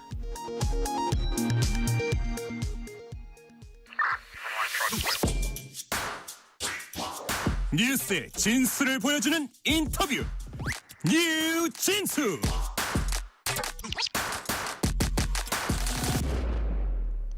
미국발 관세 폭탄에 세계 각국 자본시장이 큰 혼란에 빠졌습니다. 협상단을 보내서 인하, 유예 방안을 모색하기도 하고 아예 강력한 보복 관세로 맞대응하는 등 대응 방안도 제각각입니다. 우리 정부 자유무역협정 FTA 교섭대표 역임하셨던 분입니다. 이혜민 한국외국어대학교 초빙 교수 전화 연결돼 있습니다. 이혜민 교수님 안녕하세요. 네, 안녕하십니까. 이혜민입니다. 네, 시간 내주셔서 감사드립니다. 자, 트럼프 대통령이 발효한 상호관세 내일부터 발효됩니다. 언론들은 세계 경제가 파랗게 질렸다 이런 표현도 씁니다. 자, 교수님 현재 상황 얼마나 심각하다고 보십니까? 그 예상보다 높은 관세 인상 조치가 발표가 돼서 미국뿐만 아니라 유럽아시아 등 증시가 지난 3일간 크게 하락하고 유가 금 가격들도 하락했는데 네. 오늘 좀 이제 진정이 되는 것을 보이고 있는 것 같습니다. 근데 네. 가장 심각한 것은 미국의 조치로 경제의 불확실성이 크게 증가했다는 겁니다. 경제 불확실성. 예, 네, 예. 중국하고 카나다는 이미 보복 조치를 발표를 했고 EU도 내주 중에 보복 조치를 발표를 하면 통상 전쟁이 지금 격화가 되면 네. 경제 불확실성은 아주 크게 확대되기 때문에 예. 세계 경제에 상당한 부정적인 예상이 있을 것으로 보입니다. 네. 자, 지금 가장 큰 문제는 무엇보다 경제 불확실성이다. 더구나 중국이나 캐나다 보복 조치가 정말 시행되고 그게 이른바 에스컬레이션이 되면 그거는 우리가 어디까지 내다봐야 되나 이런 취지의 말씀해 주셨고요. 관세 전쟁 벌어졌다고 하는데 가장 먼저 이제 타격을 받았다고 하나요? 이렇게 우리 눈에 보이는 게 세계 금융시장입니다. 관세와 금융시장 간 주식시장 같은 거에 간에 어떤 관계가 있게 이런 일이 벌어집니까? 우선 관세가 인상이 되면 필연적으로 소비자 물가가 인상이 되게 되죠. 네네. 그 파월 미국 연준 의장이 관세 인상에 따른 물가와 세계 경제의 영향을 분석한 후에 연준이 대응하겠다라고 한 것처럼 예. 우선 이자율 결정에 직접적인 영향을 미치기 때문입니다. 당초 올해 초에 전문가들은 현행 4.5% 수준인 미국의 이자율이 두사 차례 정도 인하될 것이라고 생각을 했는데 네. 이제 그런 조건이 완전히 바뀐 거죠. 그리고 관세가 부과가 되면 전체적으로 공급망 자체에 영향을 미쳐서 네. 투자자들이 일단 자신의 투자에 대한 영향을 분석하게 되니까 투자를 일단 잠정 유보하게 되죠. 네네. 그래서 이 금융시장뿐만 아니라 경제 전반에 영향을 미치게 됩니다. 네. 예를 들어서 국내에서 건설업 하는데 자재 들여와야 되잖아요. 그런 것들도 그렇습니다. 다 영향을 미치니까 우리가 그거를 세세히 다 따져보면 끝이 없을 것 같은데, 자, 교수님, 세계 각국 폭락 장세는 이제 현실이고 미국 내부에서도 어떤 경고가 속속 나오고 있어요. 그런데도 트럼프 대통령은 지금까지는 관세 전쟁을 계속하겠다 이런 뜻을 굽히지 않고 있습니다. 자, 이런 자신감이 어디부터 나오는 거라고 보세요? 우선 트럼프가 보면 네. 지난 40년간 본인은 관세가 효과가 있다라고 하는 강한 신념을 갖고 있는 것으로 보입니다. 그리고 네. 기업인으로 계속 활동을 했잖아요. 네네. 그러니까 이 국가의 무역 적자를 회사의 그 재무제표상의 적자라고 인식을 하기 때문에 아주 나쁜 것이다. 네. 그래서 이걸 꼭 해소해야 된다라고 하면서 이를 위해서는 관세율 인상이 필요하다 하는 그런 인식이 본인이 아주 강하게 갖고 있기 때문이기도 하고요. 네. 또 하나는 우선 1기 때 집권 경험이 있지 않습니까? 네네. 그러니까 2기가 되니까 굉장히 자신감이 붙었어요. 자신감이 붙어서 본인도 자기가 2016년에 당선될 때는 모두가 자기랑 싸우려고 했는데 네. 이번에는 모두가 다 자기 친구가 되고 싶어 한다 하는 거 아닙니까? 그래서 네네. 지금 전 세계에서 자기에 대한 대우가 달라졌다는 것에 크게 고무된 것 같고요. 네. 그다음에 1기 때와는 달리 강요나 보좌관 중에서 노 할 사람이 아무도 없는 거죠. 거기다가 이제 의회 상황도 본인한테 유리하다고 이제 생각할 거고요. 그렇습니다. 상하 야원을 다 공화당이 장악을 하고 있는 네. 그런 상황이고요. 보면 1기 때는 이제 트럼프가 철강하고 알루미늄에서 관세를 때렸을 때 EU뿐만 아니라 중국, 인도, 브라질, 터키 등이 다 WTO 제재를 했거든요. 네. 이번에는 중국 외에는 제소한 나라가 없습니다. 자, 우리 이혜민 교수님께서 공직 계실 때 FTA 이제 자유무역 협정 이제 우리나라 대표하면서 깊게 관여하셨고, 근데 사실 2차 세계대전 후에 세계 경제는 자유무역 확대를 이제 지향점으로 삼았습니다. 근데 트럼프는 선거를 거치면서 자기 지지자들한테 미국이 그동안 교역 상대국으로부터 정말 큰 피해를 봤다 이런 논리를 계속 설파를 해왔잖아요. 근데 네. 이거를 막상 하려고 하니까 지금 국내에서도 많은 저항이라 그럴까요? 비난이 나오고 지적이 나오는데 미국 경제에도 좋지 않다는 이런 지적이 많이 나옵니다. 이 지속성이 곧 한계를 드러내진 않을지, 다시 말해서 트럼프가 실제로 관세 정책을 계속 밀어붙일 수 있다고 보십니까? 당분간은 할 겁니다. 네. 당분간은 할 수밖에 없는 게 이게 지금 미국의 무역 적자가 계속 확대되잖아요. 네네. 이제 그런데 따른 문제점도 있고 또 하나는 이제 법적으로는 이제 트럼프는 관세 조치를 모두 무역 적자 심화에 따른 네. 그 국가 비상사태 대응이라고 주장을 하는 거거든요. 이게 법적으로 이제 WTO나 한미 FTA에서 인정한 예외, 국가안보 예외를 적용하겠다는 네. 그런 상황이거든요. 그리고 보다 근본적인 것은 같은 WTO에 기초한 자유무역 체제가 이 네. 국가 보조금이란 불안정한 상황도 해결 못하고 또 모든 회원국의 합의가 필요한 WTO 개정도 지금 불가능한 상황이거든요. 네. 그래서 이게 이 WTO에 기초한 국제 통상 체제의 근본적인 결함이 나타나고 있기 때문입니다. 네네. 자, 그렇기 때문에 트럼프가 그런데 얽매이지 않고 자기 독자적인 어떤 노선으로 이제 간다는 건데, 자, 아까 이제 워낙 미국의 무역 수지가 안 좋은 그런 측면이 있어 그걸 타개하려는 그런 면이 있다고 말씀하셨는데, 이 부분은 어때요? 또 구조적인 문제 중에 그 미국의 엄청난 규모의 빚 문제 있잖아요. 부채 문제. 네. 그런 문제도 좀 개선시키기 위해서 이런 전 세계적인 이런 정책을 펼치는 거다. 또 이런 시각도 있더라고요. 그건 설득력이 있는 얘기입니까? 일단 기본적으로 이제 미국의 국가 부채가 지금 GDP의 100%를 넘어서 122% 이렇게까지 올라가죠. 네네. 그다음에 연간 이자만 해도 뭐 4,700억 불. 근데 이것도 계속 증가될 거잖아요. 네. 그리고 경상수지 적자도 계속 높아져 가지고 작년만 해도 GDP의 한 3.9% 수준까지 올라왔거든요. 예. 그러니까 이게 해결을 안 할 수는 없는 그런 상황입니다. 그다음에 이제 2차 대전 이후에 미국이 이제 세계 평화를 유지하면서 자유시장과 민주주의에 기초한 소위 국제 질서를 형성을 해왔고 그 과정에서 미국의 기여가 아주 상당했거든요. 네. 근데 이렇게 재정 적자하고 무역 수지가 계속됨에 따라서 이러한 그 일방적인 기여가 한계에 왔다는 것이 네. 트럼프뿐만 아니라 일반 미국 국민들의 인식인 것 같습니다. 그래서 그렇군요. 지금 아시다시피 지금 국제사회의 원조를 담당해왔던 미국 기관인 USAID를 지금 철폐하겠다고 네. 하고 있고 또 나토 회원국에 대해서도 GDP의 5%까지 국방 예산을 증액시켜라. 그래서 네. 부담을 나누자 하고 있는 거거든요. 예. 자, 그렇군요. 그래서 저희가 이제 보기에 그럼 과연 트럼프 정부가 그리는 이상적 형태의 미국 경제 모습은 어떤 건지, 예를 들어서 지금 현재 막 이렇게 강하게 전 세계를 상대로 이런 정책을 펼쳐다 보니까 무역 파트너의 경제는 당장 큰 피해를 보더라도 일단 미국만 잘 먹고 잘 살자, 미국만 이득을 보자. 그렇다면 이게 과연 지속 가능하겠냐 이거죠. 저쪽도 뭔가 번영을 해야지 미국 쪽에 갖다 줄 게 계속 쌓이는데, 그런 부분에 있어서는 과연 트럼프가 어떤 모습을 지금 그리고 있는 걸까요? 근데 트럼프는 우선 미국 우선주의지 않습니까? 네네. 그러니까 다른 나라 일단 신경 안 쓰겠다는 겁니다. 그렇죠. 미국부터 문제를 해결하겠다. 근데 그런 게 미국 유권자의 바람이라는 거를 잘 인식하고 있는 것이죠. 예. 이게 트럼프 개인의 어떤 독단적인 행동은 아니고요.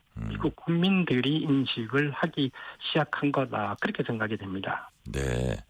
자, 이렇게 트럼프가 일단 지금은 매우 강공을 하는 모습을 보이고, 특히 이제 뭐 캐나다나 중국하고는 아주 완전히 열차가 정면 충돌하는 그런 모습을 보이지만, 과연 이제 우리가 어느 시점에 뭐 협상이라는 그 카드를 내밀지 이런 것들은 좀 지켜봐야 되는데, 꼭 중국과 캐나다가 아니더라도 자, 트럼프 정부가 이번 관세 부과를 통해서 생각하는 이른바 불공정 무역 관행을, 그들이 생각하는 이른바 불공정 무역 관행입니다. 이거를 교정하기 위한 협상의 계기로 삼으려 할 거다, 이런 또 관측들을 많이 하잖아요. 그래서 네.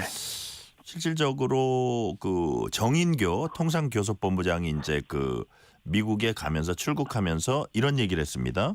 다행히 트럼프 대통령이 중국을 제외한 나라들은 협상을 통해 유예하거나 인하할 수 있다고 언급했다. 그래서 이거는 상당히 이런 얘기들을 한 건 다행인 거다, 이렇게 얘기를 했거든요. 그럼 교수님이 보시기에도 우리가 협상의 여지는 충분히 좀 있다고 보십니까? 우리나라나 뭐 일본, 베트남 이런 나라들이?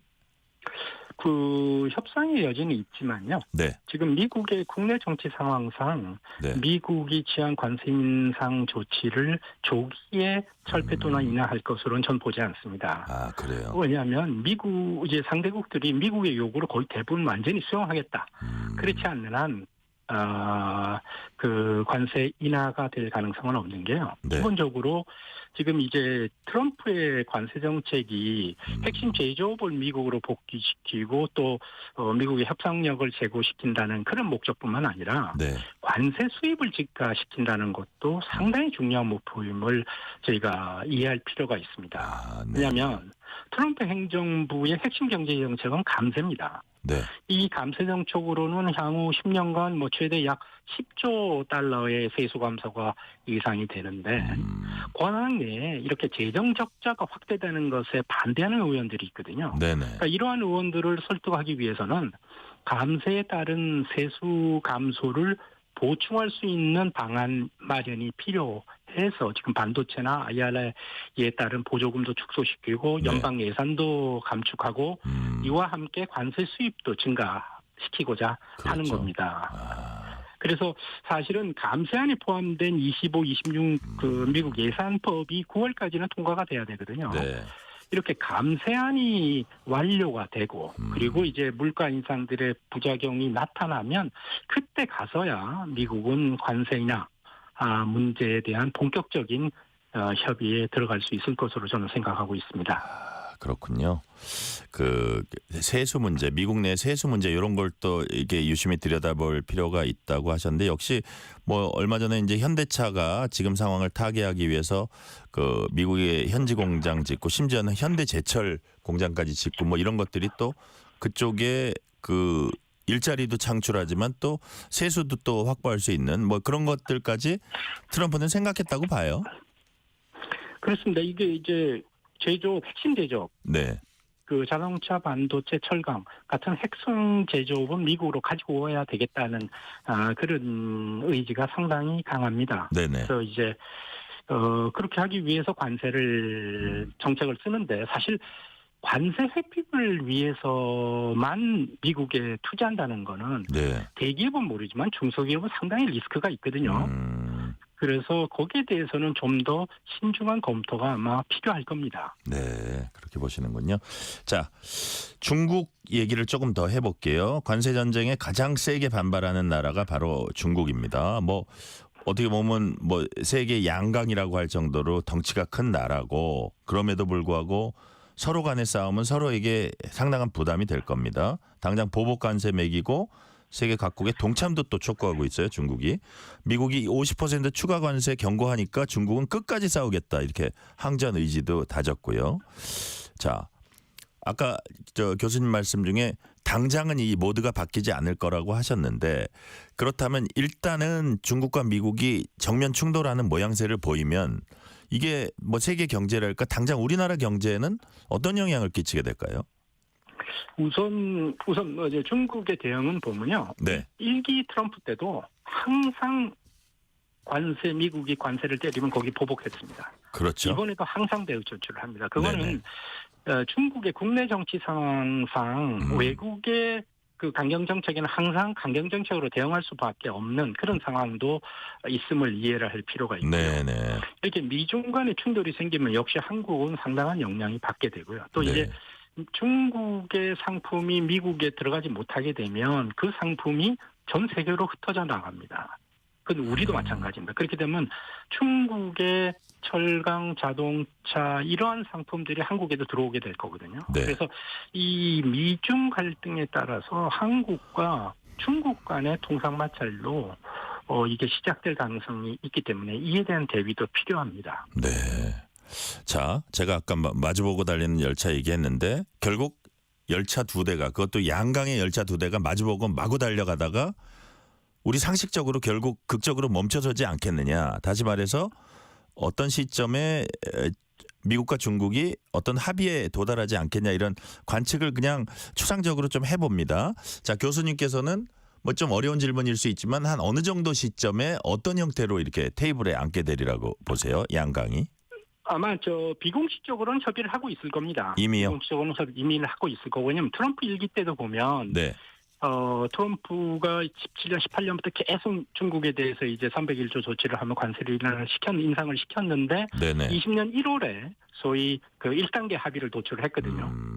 그래서 그 합의 내용을 보면 2000년 1월에 이제 향후 2년간 2017년에 미국의 대중국 수출보다 약 2천억 달러가 많은 미국 상품을 중국이 구매하겠다고 약속을 했어요. 네. 근데 이것이 팬데믹이 발생하고 또 트럼프가 재선이 되지 못했기 때문에 이행이 안 됐거든요. 아, 그러니까 그러한 형태의 구체적인 수치가 들어가 있는 협상이 될 텐데 네.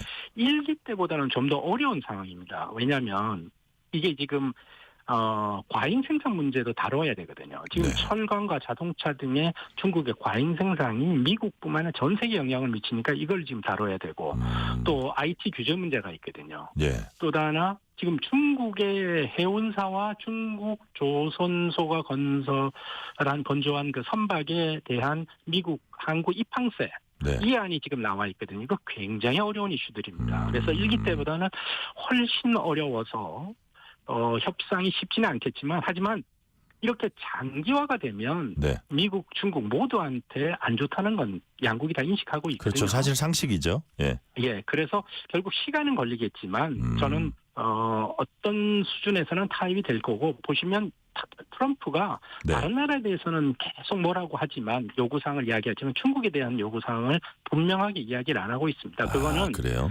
필요할 때 내가 승리를 거뒀다라고 이야기하기 위한 것이거든요. 아, 네. 자, 유럽연합은 예외 조치를 요구하고 나섰습니다. 트럼프 정부의 모든 공산품에 대해 관세를 철폐하자 이런 제안도 했는데 이게 어떤 꼭 협상하겠다는 의지의 표현입니까? 아니면 어떤 보복 관세 같은 강력 대응을 위한 수순입니까? 기본적으로 지금 1기 때와는 달리 EU가 이 소위 보복 조치를 조금 미루고 있습니다. 아, 네. 1기 때는 아주 즉각적으로 보복을 했는데 그랬었죠. 지금은 예, 예. 이제 미루면서 협상을 통해서 해결하겠다라고 하고 뭐 자동차 관세를 영어로 만들겠다 하는데 사실은 관세 때문에 미국의 상품이 유럽에 팔리지 않는 게 아니거든요. 네. 자동차의 관세가 10%라고 해서 그걸 0%로 떨어뜨린다고 미국 자동차가 유럽에서 팔리지는 않거든요. 그건 트럼프도 잘 알고 있죠. 네. 핵심은 IT 규제입니다. EU의 그 디지털 시장법, 디지털 서비스법 이런 것들이 메타나 구글, 애플 같은 미국의 IT 기업을 통제를 하고 있기 때문에 네. 이것에 완화 또는 철폐를 요구를 하는데 이거 네. 쉽지 않을 거거든요. 근데 이게 해결이 되지 않으면 다음 주에 EU는 보복은 일단 할 겁니다. 보복은 하더라도 계속 협의는 해나갈 텐데 1기 때와 조금 달라진 반응은 네. 1기 때 없었던 우크라이나 전쟁이 지금 발생돼 있어서 예. 안보 문제가 있습니다. 안보 문제가 있기 때문에 EU가 미국에 대해서 1기 때보다는 조금 완화된 입장을 보이고는 있지만 EU도 미국이 이러한 불합리한 관세를 계속 부과하면 대응을 하고 나설 것은 확실합니다. 네. 정작 우리에게 걱정스러운 건 한국 경제입니다. 수출 중심으로 짜여진 경제 체제고요. 그런데 가장 중요한 수출 대상국 중 하나인 미국이 저렇게 고율 관세 매기면 우리로선 치명적 타격을 입을 수 있습니다. 자, 상호 관세의 여파로 우리 경제가 얼마나 타격을 입을지 좀 전망이나 뭐 이렇게 수출할까요? 이런 게 좀 나온 게 있습니까? 그 연구기관들의 전망치는 있더라고요. 네. 그런데 그게 실제로 어떻게 적용될지는 그거를 가늠하기가 어렵습니다. 그렇군요. 그리고 아시다시피 지금 우리가 이제 파리의 대미 무역 국자국이고 네. 자동차와 부품이 지금 대미 수출의 30% 이상을 차지하고 있거든요. 네네. 그리고 우리가 이제 제조업 강국이기 때문에 트럼프의 이러한 조치는 우리에 대한 영향은 상당한 것으로 예상을 하고는 있습니다. 하지만 이번에 트럼프의 관세 조치가 보면 전 세계를 대상으로 하고 있거든요. 예. 그래서 미국 내 경쟁 제품이 있지 않는 한 영향은 예상보다는 좀 제한적일 수 있습니다. 아, 그래요. 네, 그리고 특히 보면 이번 조치를 보면 정말 놀라운 게 중에 캄보디아, 라오스 같은 빈국도 49, 48%, 베트남도 엄청 높더라고요. 베트남 46%, 예. 제일 빈국인 방글라데시도 37%예요. 여기에 대해서 전 세계는 경악을 하고 있습니다. 왜냐하면 네. WTO의 그 최혜국 대우에서도 이러한 개도국에 대해서는 특혜 관세를 줘왔거든요. 네. 근데 이런 나라에 대해서도 지금 관세를 그렇게 매겼기 때문에 영향이 있고, 특히 이제 이게 우리나라에 대한 29% 상호 관세뿐만 네. 아니라 우리 기업들이 많이 진출한 지역이기 때문에 네, 네. 우리 기업은 여기에서도 상당한 영향을 받을 그러니까요. 겁니다. 뭐 한국이나 대만, 뭐 일본 기업들이 진출해 있는 그런 것을 노리고 그랬다는 이제 분석도 있는데, 자, 이 부분 어떻습니까? 우리 경제에 미치는 영향인데 뭐 제한적일 수도 있고 생각보다 클 수도 있고 좀 더 지켜봐야겠지만, 현대차 같은 경우에 이제 30조 원 이르는 대규모 미국 현지 투자 계획 공개하면서 일단 관세 부과의 예봉은 피하려는 모습을 보였습니다. 자, 근데 예를 들어서 우리 국내 경제로 보면요, 일자리 감소하고 협력업체가 어려워지는, 당장 예를 들어서 국내 자동차 협력업체가 큰 어려움에 빠질 가능성이 높아졌습니다. 자, 이런 부분은 우리가 당장 대처하기가 쉽지 않은 부분 아닙니까? 예, 그렇습니다. 이게 근데 이번 조치를 계기로 해서요. 네. 우리 기업들이 국내보다는 해외로 나가는 것에 대한 재검토가 되는 계기가 되었으면 좋겠습니다. 이게 네. 대구 기업이 아닌 앞에서 말씀드렸다시피 네. 중소기업들이 관세 회피만을 위해서 지금 미국에 투자하는 건 상당한 리스크가 있습니다. 그리고 말씀드린 대로 우리가 지금 제1위 외국인 투자국인 베트남도 46% 관세가 부과되는 것처럼 이게 동남아, 인도 뭐 모든 나라가 지금 상호관세 부과 대상이니까 네. 우리 기업들이 이제 유턴할 수 있는 그런 방안도 강구해야 될 거고, 이를 위해서 정부도 네.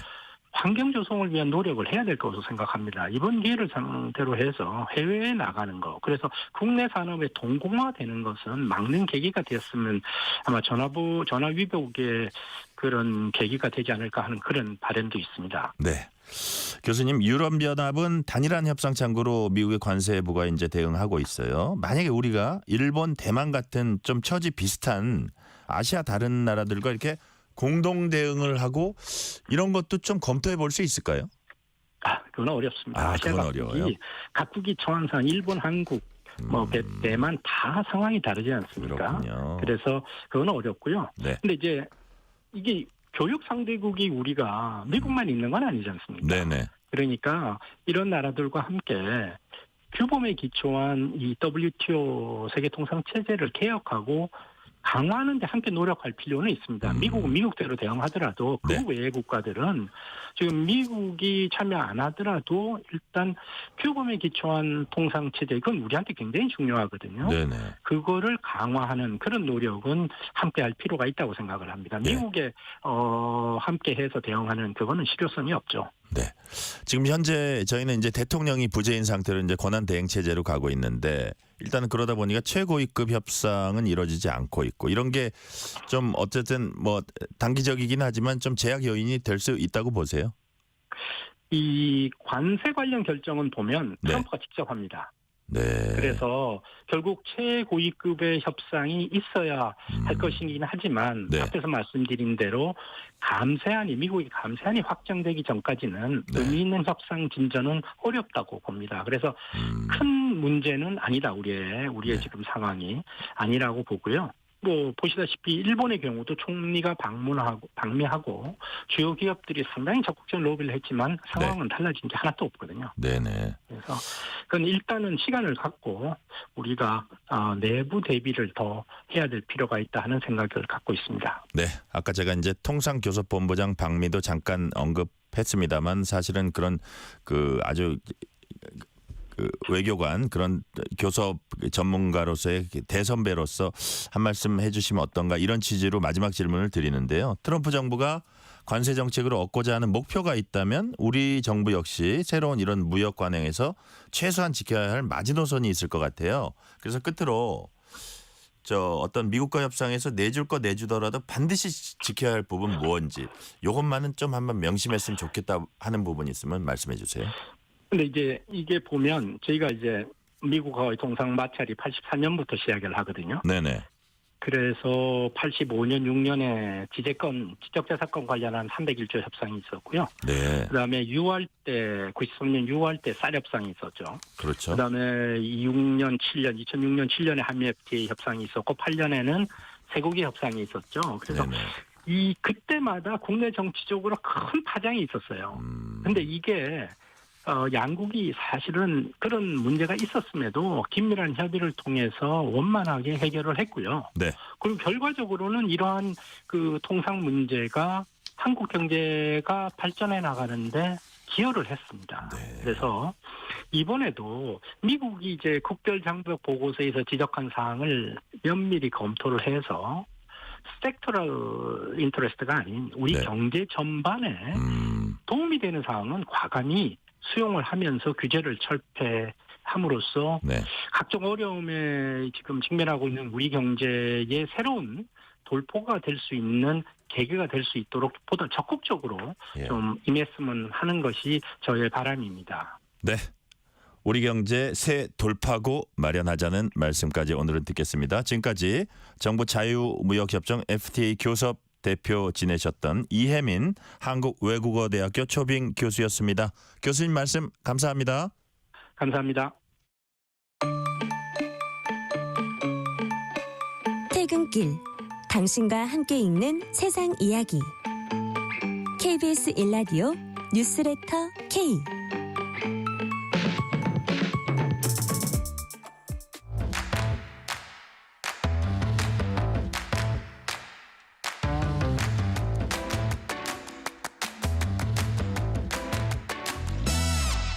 오늘 가장 뜨거운 뉴스, 화제 소식 쏙쏙 골라서 전해드립니다. 뉴스레터 브리핑. 오늘은 한국일보 김도형 기자 나오셨습니다. 김도형 기자님 어서 오세요. 네, 안녕하세요. 자, 의과대학 정상화가 속도를 내고 있습니다. 서울대 의대생들이 거의 다 복귀했죠? 예, 맞습니다. 서울대 본과 580명 가운데 5명을 제외하고 모두 수업에 복귀했다고 합니다. 사실상 전원이 복귀한 거나 마찬가지예요. 네. 지난주에 3, 4학년이 먼저 수업 거부를 철회하고 복귀 결정을 내렸고요. 1, 2학년들이 뒤따라서 복귀를 했습니다. 아무래도 유급 처리하겠다는 강경 방침이 영향을 많이 미친 것 같아요.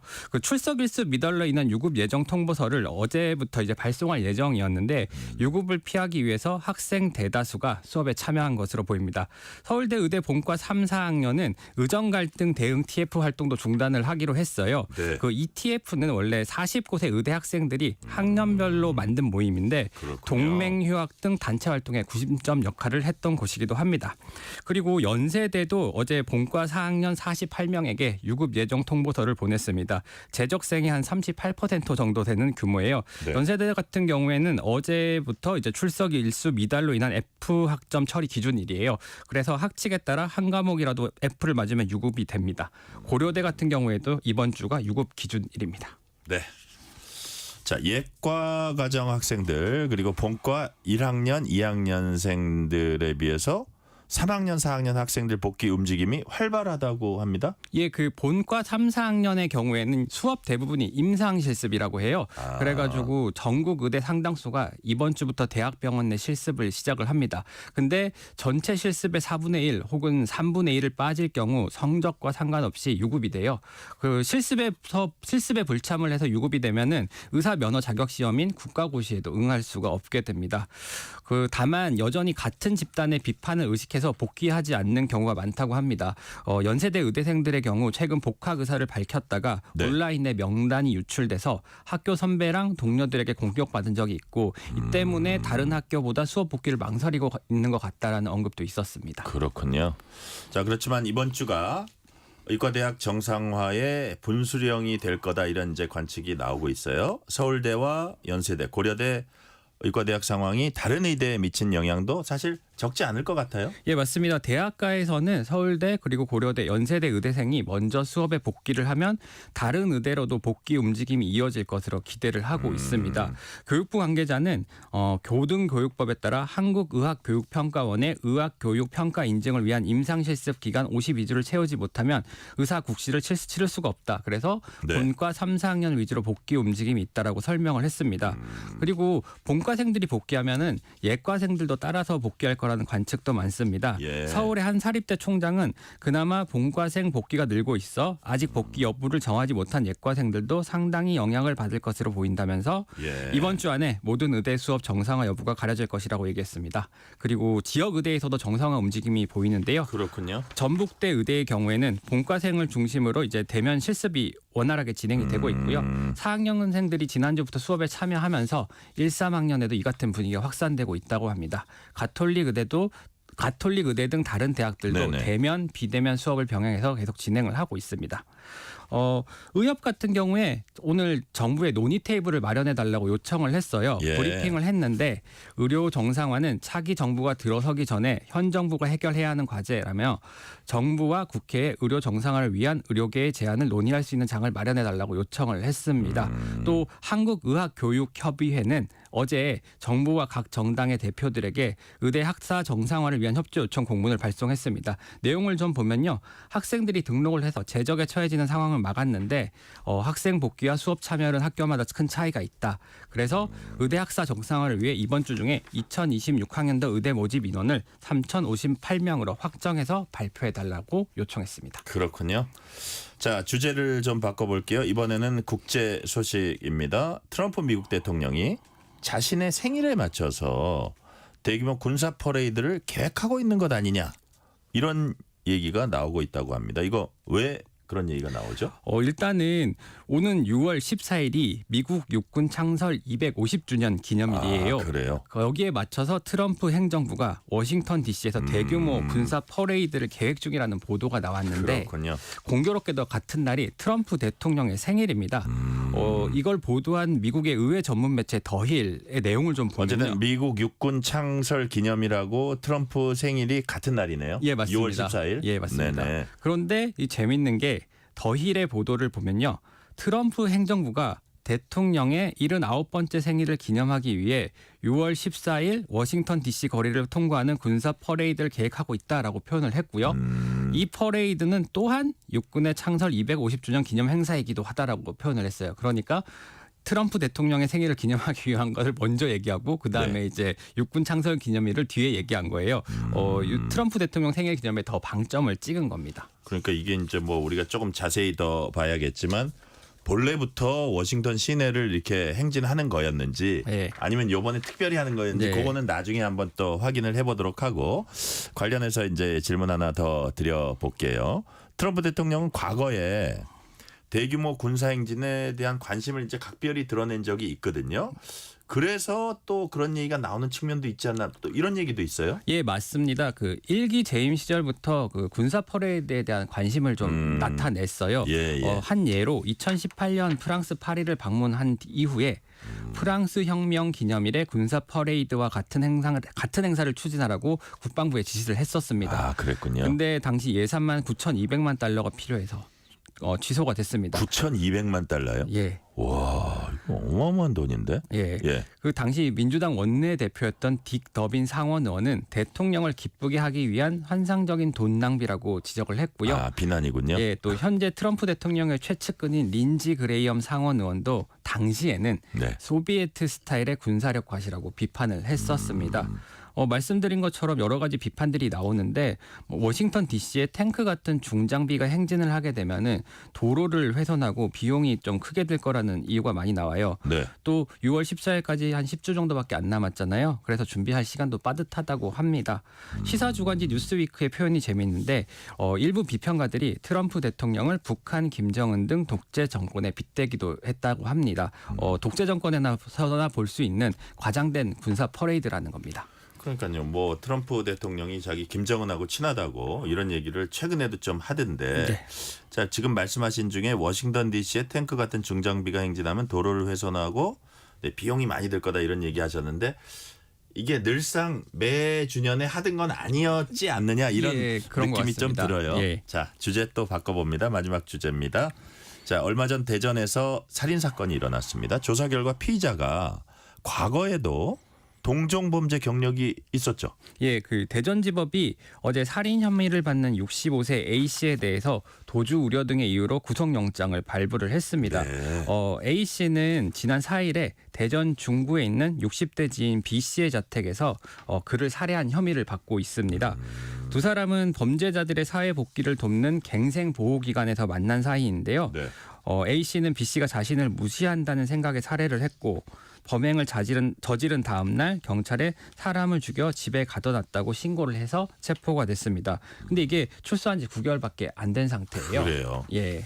근데 그게 얘기를 듣고 보니까 과거에 살인 경력까지 있었다는데 그렇게 출소한 지 얼마 안 돼서 또 뭐 살인을 저지른 셈인데 왜 이런 일이 가능했나 모르겠어요. 예, 그 상황을 좀 보면요. 예, 예. 21년 전에 21년 전인 2004년에 지인 소개로 알게 된 C 씨가 자신에게 욕설을 하고 시비를 건다는 네. 이유로 흉기를 휘둘러서 살해를 했습니다.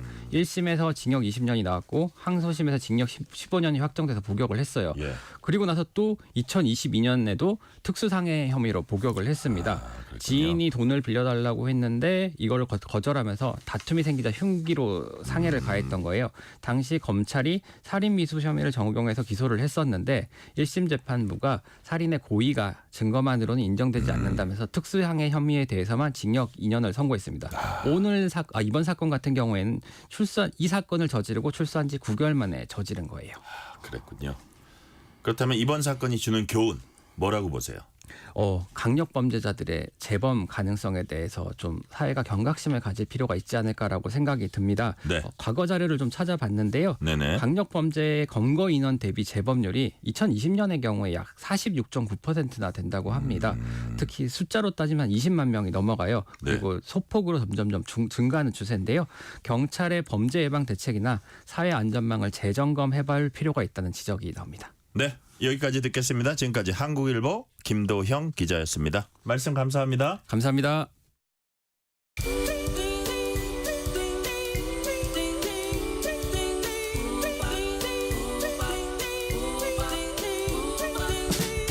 오늘 하루 뉴스를 정리해주는 다정한 편지 한 통. KBS 일라디오 뉴스레터 K.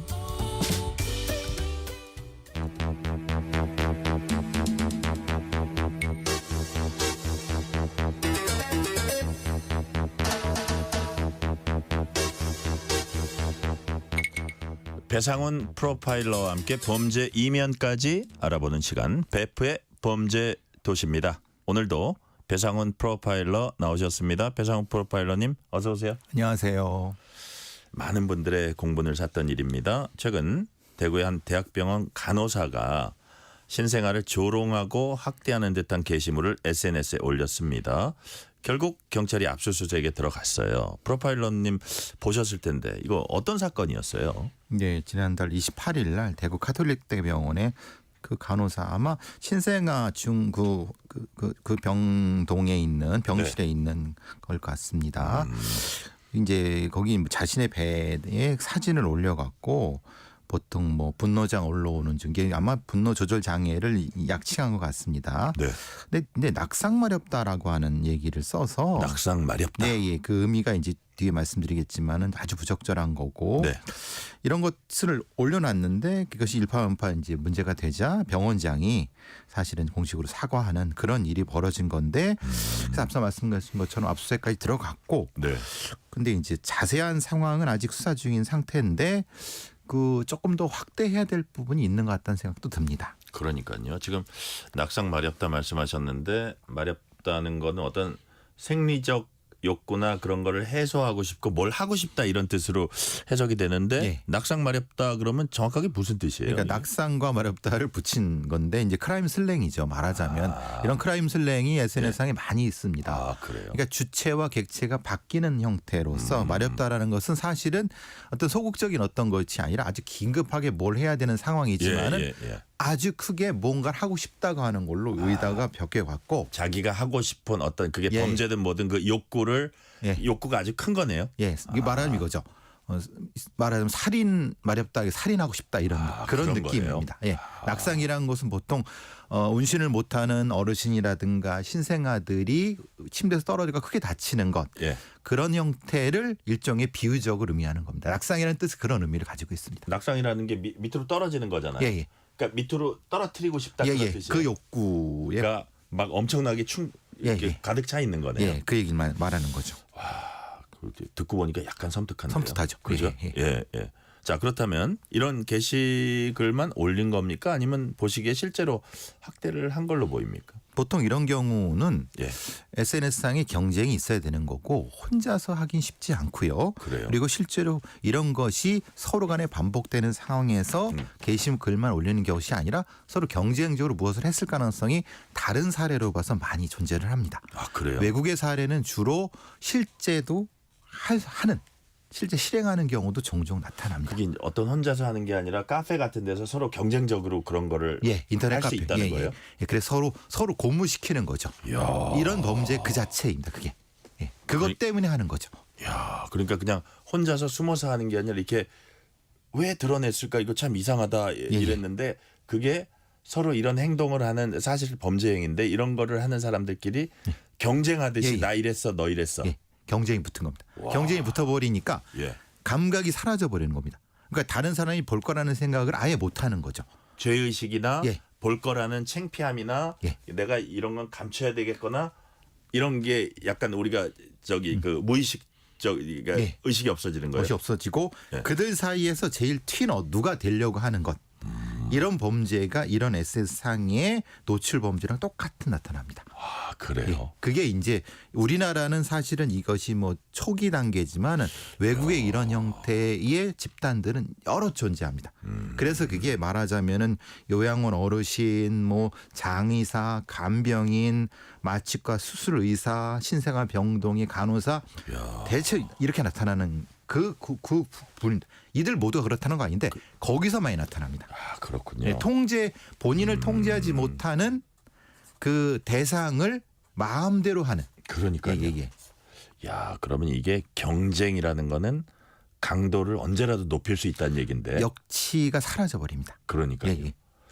자, 지금 문제가 된 건 간호사 이제 일단 한 명인데 이게 한 명만의 일이 아닐 수도 있다는 게 바로 그런 경쟁하고 서로 막 나는 이런 거야 저런 거야 서로 자랑하고 이런 거네요. 그래서 경찰에서도 이 범죄의 본질을 알기 때문에 압수수색을 들어가서 핸드폰의 압수수색과 이런 걸 통해서 추가 혐의자를 찾아내려고 하는 겁니다. 야, 이거는 그 어떤 경찰 입장에서도 반드시 좀 이렇게 전모를 알고 만약에 조금 좀 그 범위가 생각보다 넓다면 알아내야 된다는 생각이 드는데 좀 더 다른 차원에서 이거를 얘기를 확대해 보면요. 과연 이런 학대가 이 병원만의 일인가 의문을 가지는 분들이 있을 수 있고 이게 뭐 어린애들 대상으로만 한 일인가 아니면 제가 비교적 그렇게 오래 전이 아닌데 어떤 고령의 노인이 그 요양병원에서 마구 학대당하는 걸 그 영상을 본 적이 있거든요. 그래서 너무 충격을 받았는데 그래서 신생아뿐만 아니라 거동이 불편하고 잘 말씀을 못하는 정말 고령의 어르신들 있잖아요. 이런 부분들도 또 대상이 될 수 있지 않나 생각이 드는데 이게 실제로 사례들이 꽤 있죠. 꽤 있죠.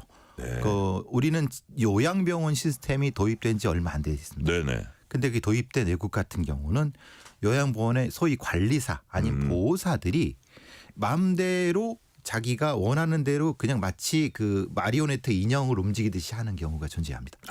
그래서 나중에 그 어르신의 자녀분들이 와서 보니까 막 부러져 있고 멍이나 있고 막 그런 겁니다. 근데 말씀을 못 하시고 치매기가 있으니까 그대로 넘어가는 경우가 있는데 이것도 비슷합니다. 그러니까 말하자면 말 못하는 어떤 존재 신생하거나 그리고 이게 동물도 비슷한 형태입니다. 동물 학대도 비슷하죠. 비슷한 형태죠. 자기 마음대로 합니다.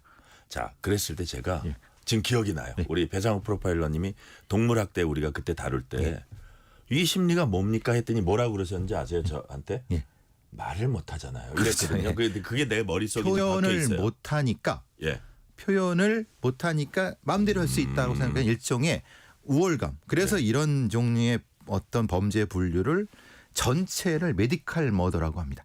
메디컬 머더. 의료 상황에서 벌어지고 있는 거고 옛날 범죄 꼭 살인이 아니더라도 이게 그 약간 의료 상황에서 벌어지는 어떤 이런 폭력이라든지 이걸 메디컬 머더라고 예, 예. 불러요? 케어와 이런 것이 포함되는 예전에는 머시 머더하고 예.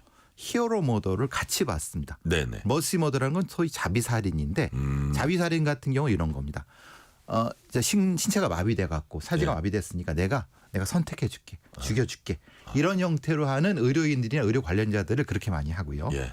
예, 이제 히어로 머더 같은 경우는 불을 지르고 고통받는 사람을 자기가 꺼내 갖고 자기가 영웅이 되는 거예요. 그 현장에서. 예, 그걸 지금은 그런 환각으로 생각하는 거예요. 예. 그래서 우와. 소방관들 중에 그런 범죄자들이 존재를 하고요. 네. 의료인들이 존재하는 외국에서는 이런 사례가 여럿 있습니다.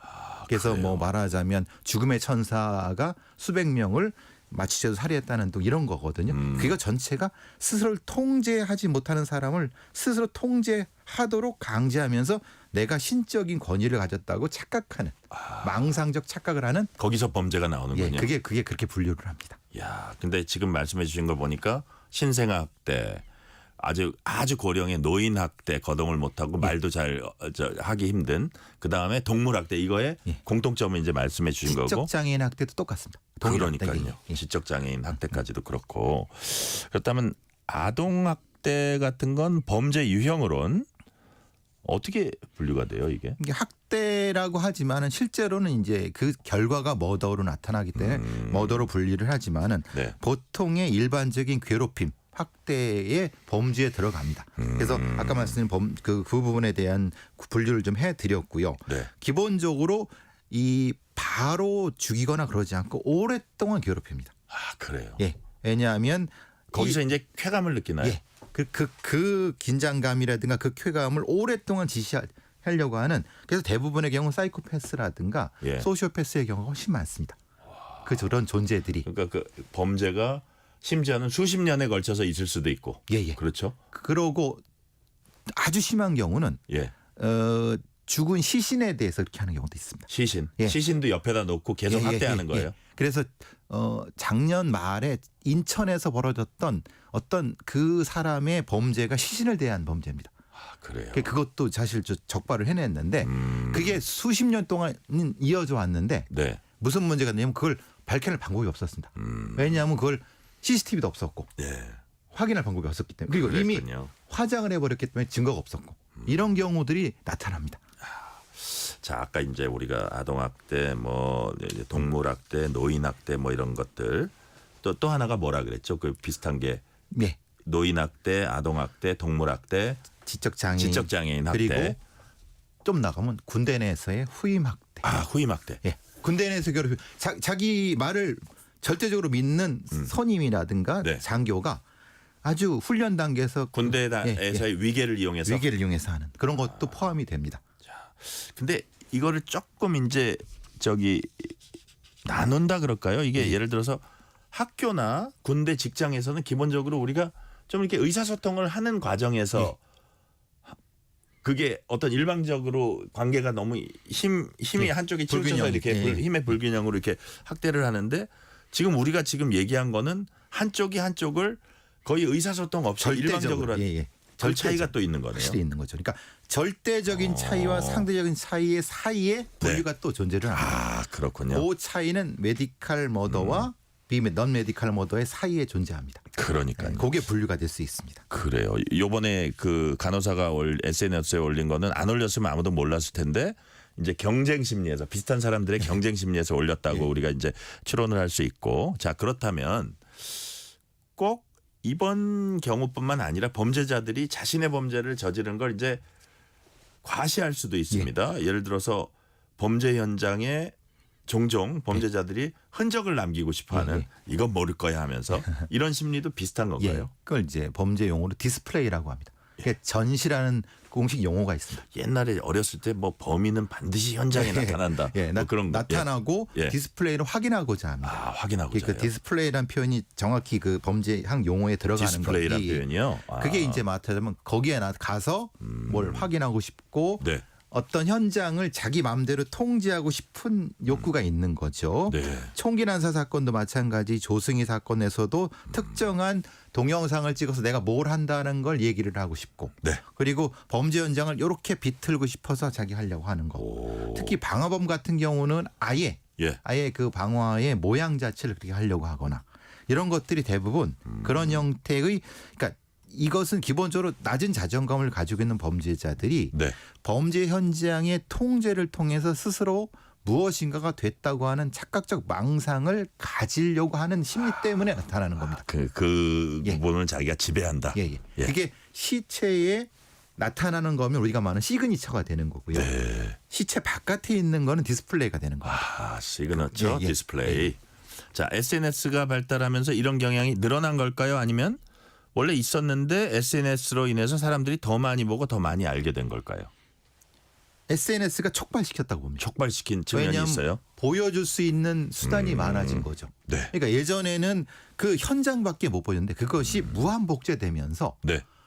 자신도 통제하지 못하게 막 늘어나니까 그것이 스스로에 대해서 엄청난 이 호르몬상의 그 증가를 나온다고 합니다. 네네. 그래서 그것을 자기도 모르게 올려놨는데 나중에 감당 못하는 거죠. 자기 명백한 증거가 돼버리니까. SNS가 촉발했다고 볼 수도 있습니다. 그러니까요. 특히 우리나라 같은 경우는 텔레그램 이런 게 비익성이 높은 SNS가 더 높은 만족감을 준다고 범죄적 만족감을 높이는 거죠. 그러니까 SNS가 없었으면 이 사람이 그렇게 과시하려 그러지도 않았을 수 있었다. 그런 말씀이 수단이 없으니까. 그러니까요. 자 이제 시간 관계상 마지막 질문을 드리면 그렇다면 이제 우리가 쭉 여러 가지 그 비슷한 범죄도 살펴봤는데 이번 신생아 학대 사건 이런 거 예방하려면 저 부모님들이 이게 가장 걱정일 것 같아요. 어떻게 해야 될까요? 이런 직종에서 종사하는 사람들이 나타나고 있는 기초 표지가 있습니다. 심리 표지가. 아, 그래요? 그러니까 심리 표지가 있는 사람들을 걸러내야 됩니다. 이게 모두 다 그렇지 않습니다. 이런 거를 학대하는 사람들이 특별한 심리적인 어떤 단계를 넘어서거든요. 네. 그러니까 넘어선 부분에 사람을 채용하면 안 되죠. 그러니까 그 넘어서지 않도록 사실 관리해야 되는 부분과 넘어선 사람을 채용하지 않는 거 두 가지 같이 할 수 있거든요. 충분히 가능하고요. 그래요. 그러니까 외국의 병원에서는 아예 그런 걸 지표로도 갖고 이런 것에 심리상태가 나타나는 사람은 채용하지 않습니다. 그냥 걸러내는군요. 걸러내는 거죠.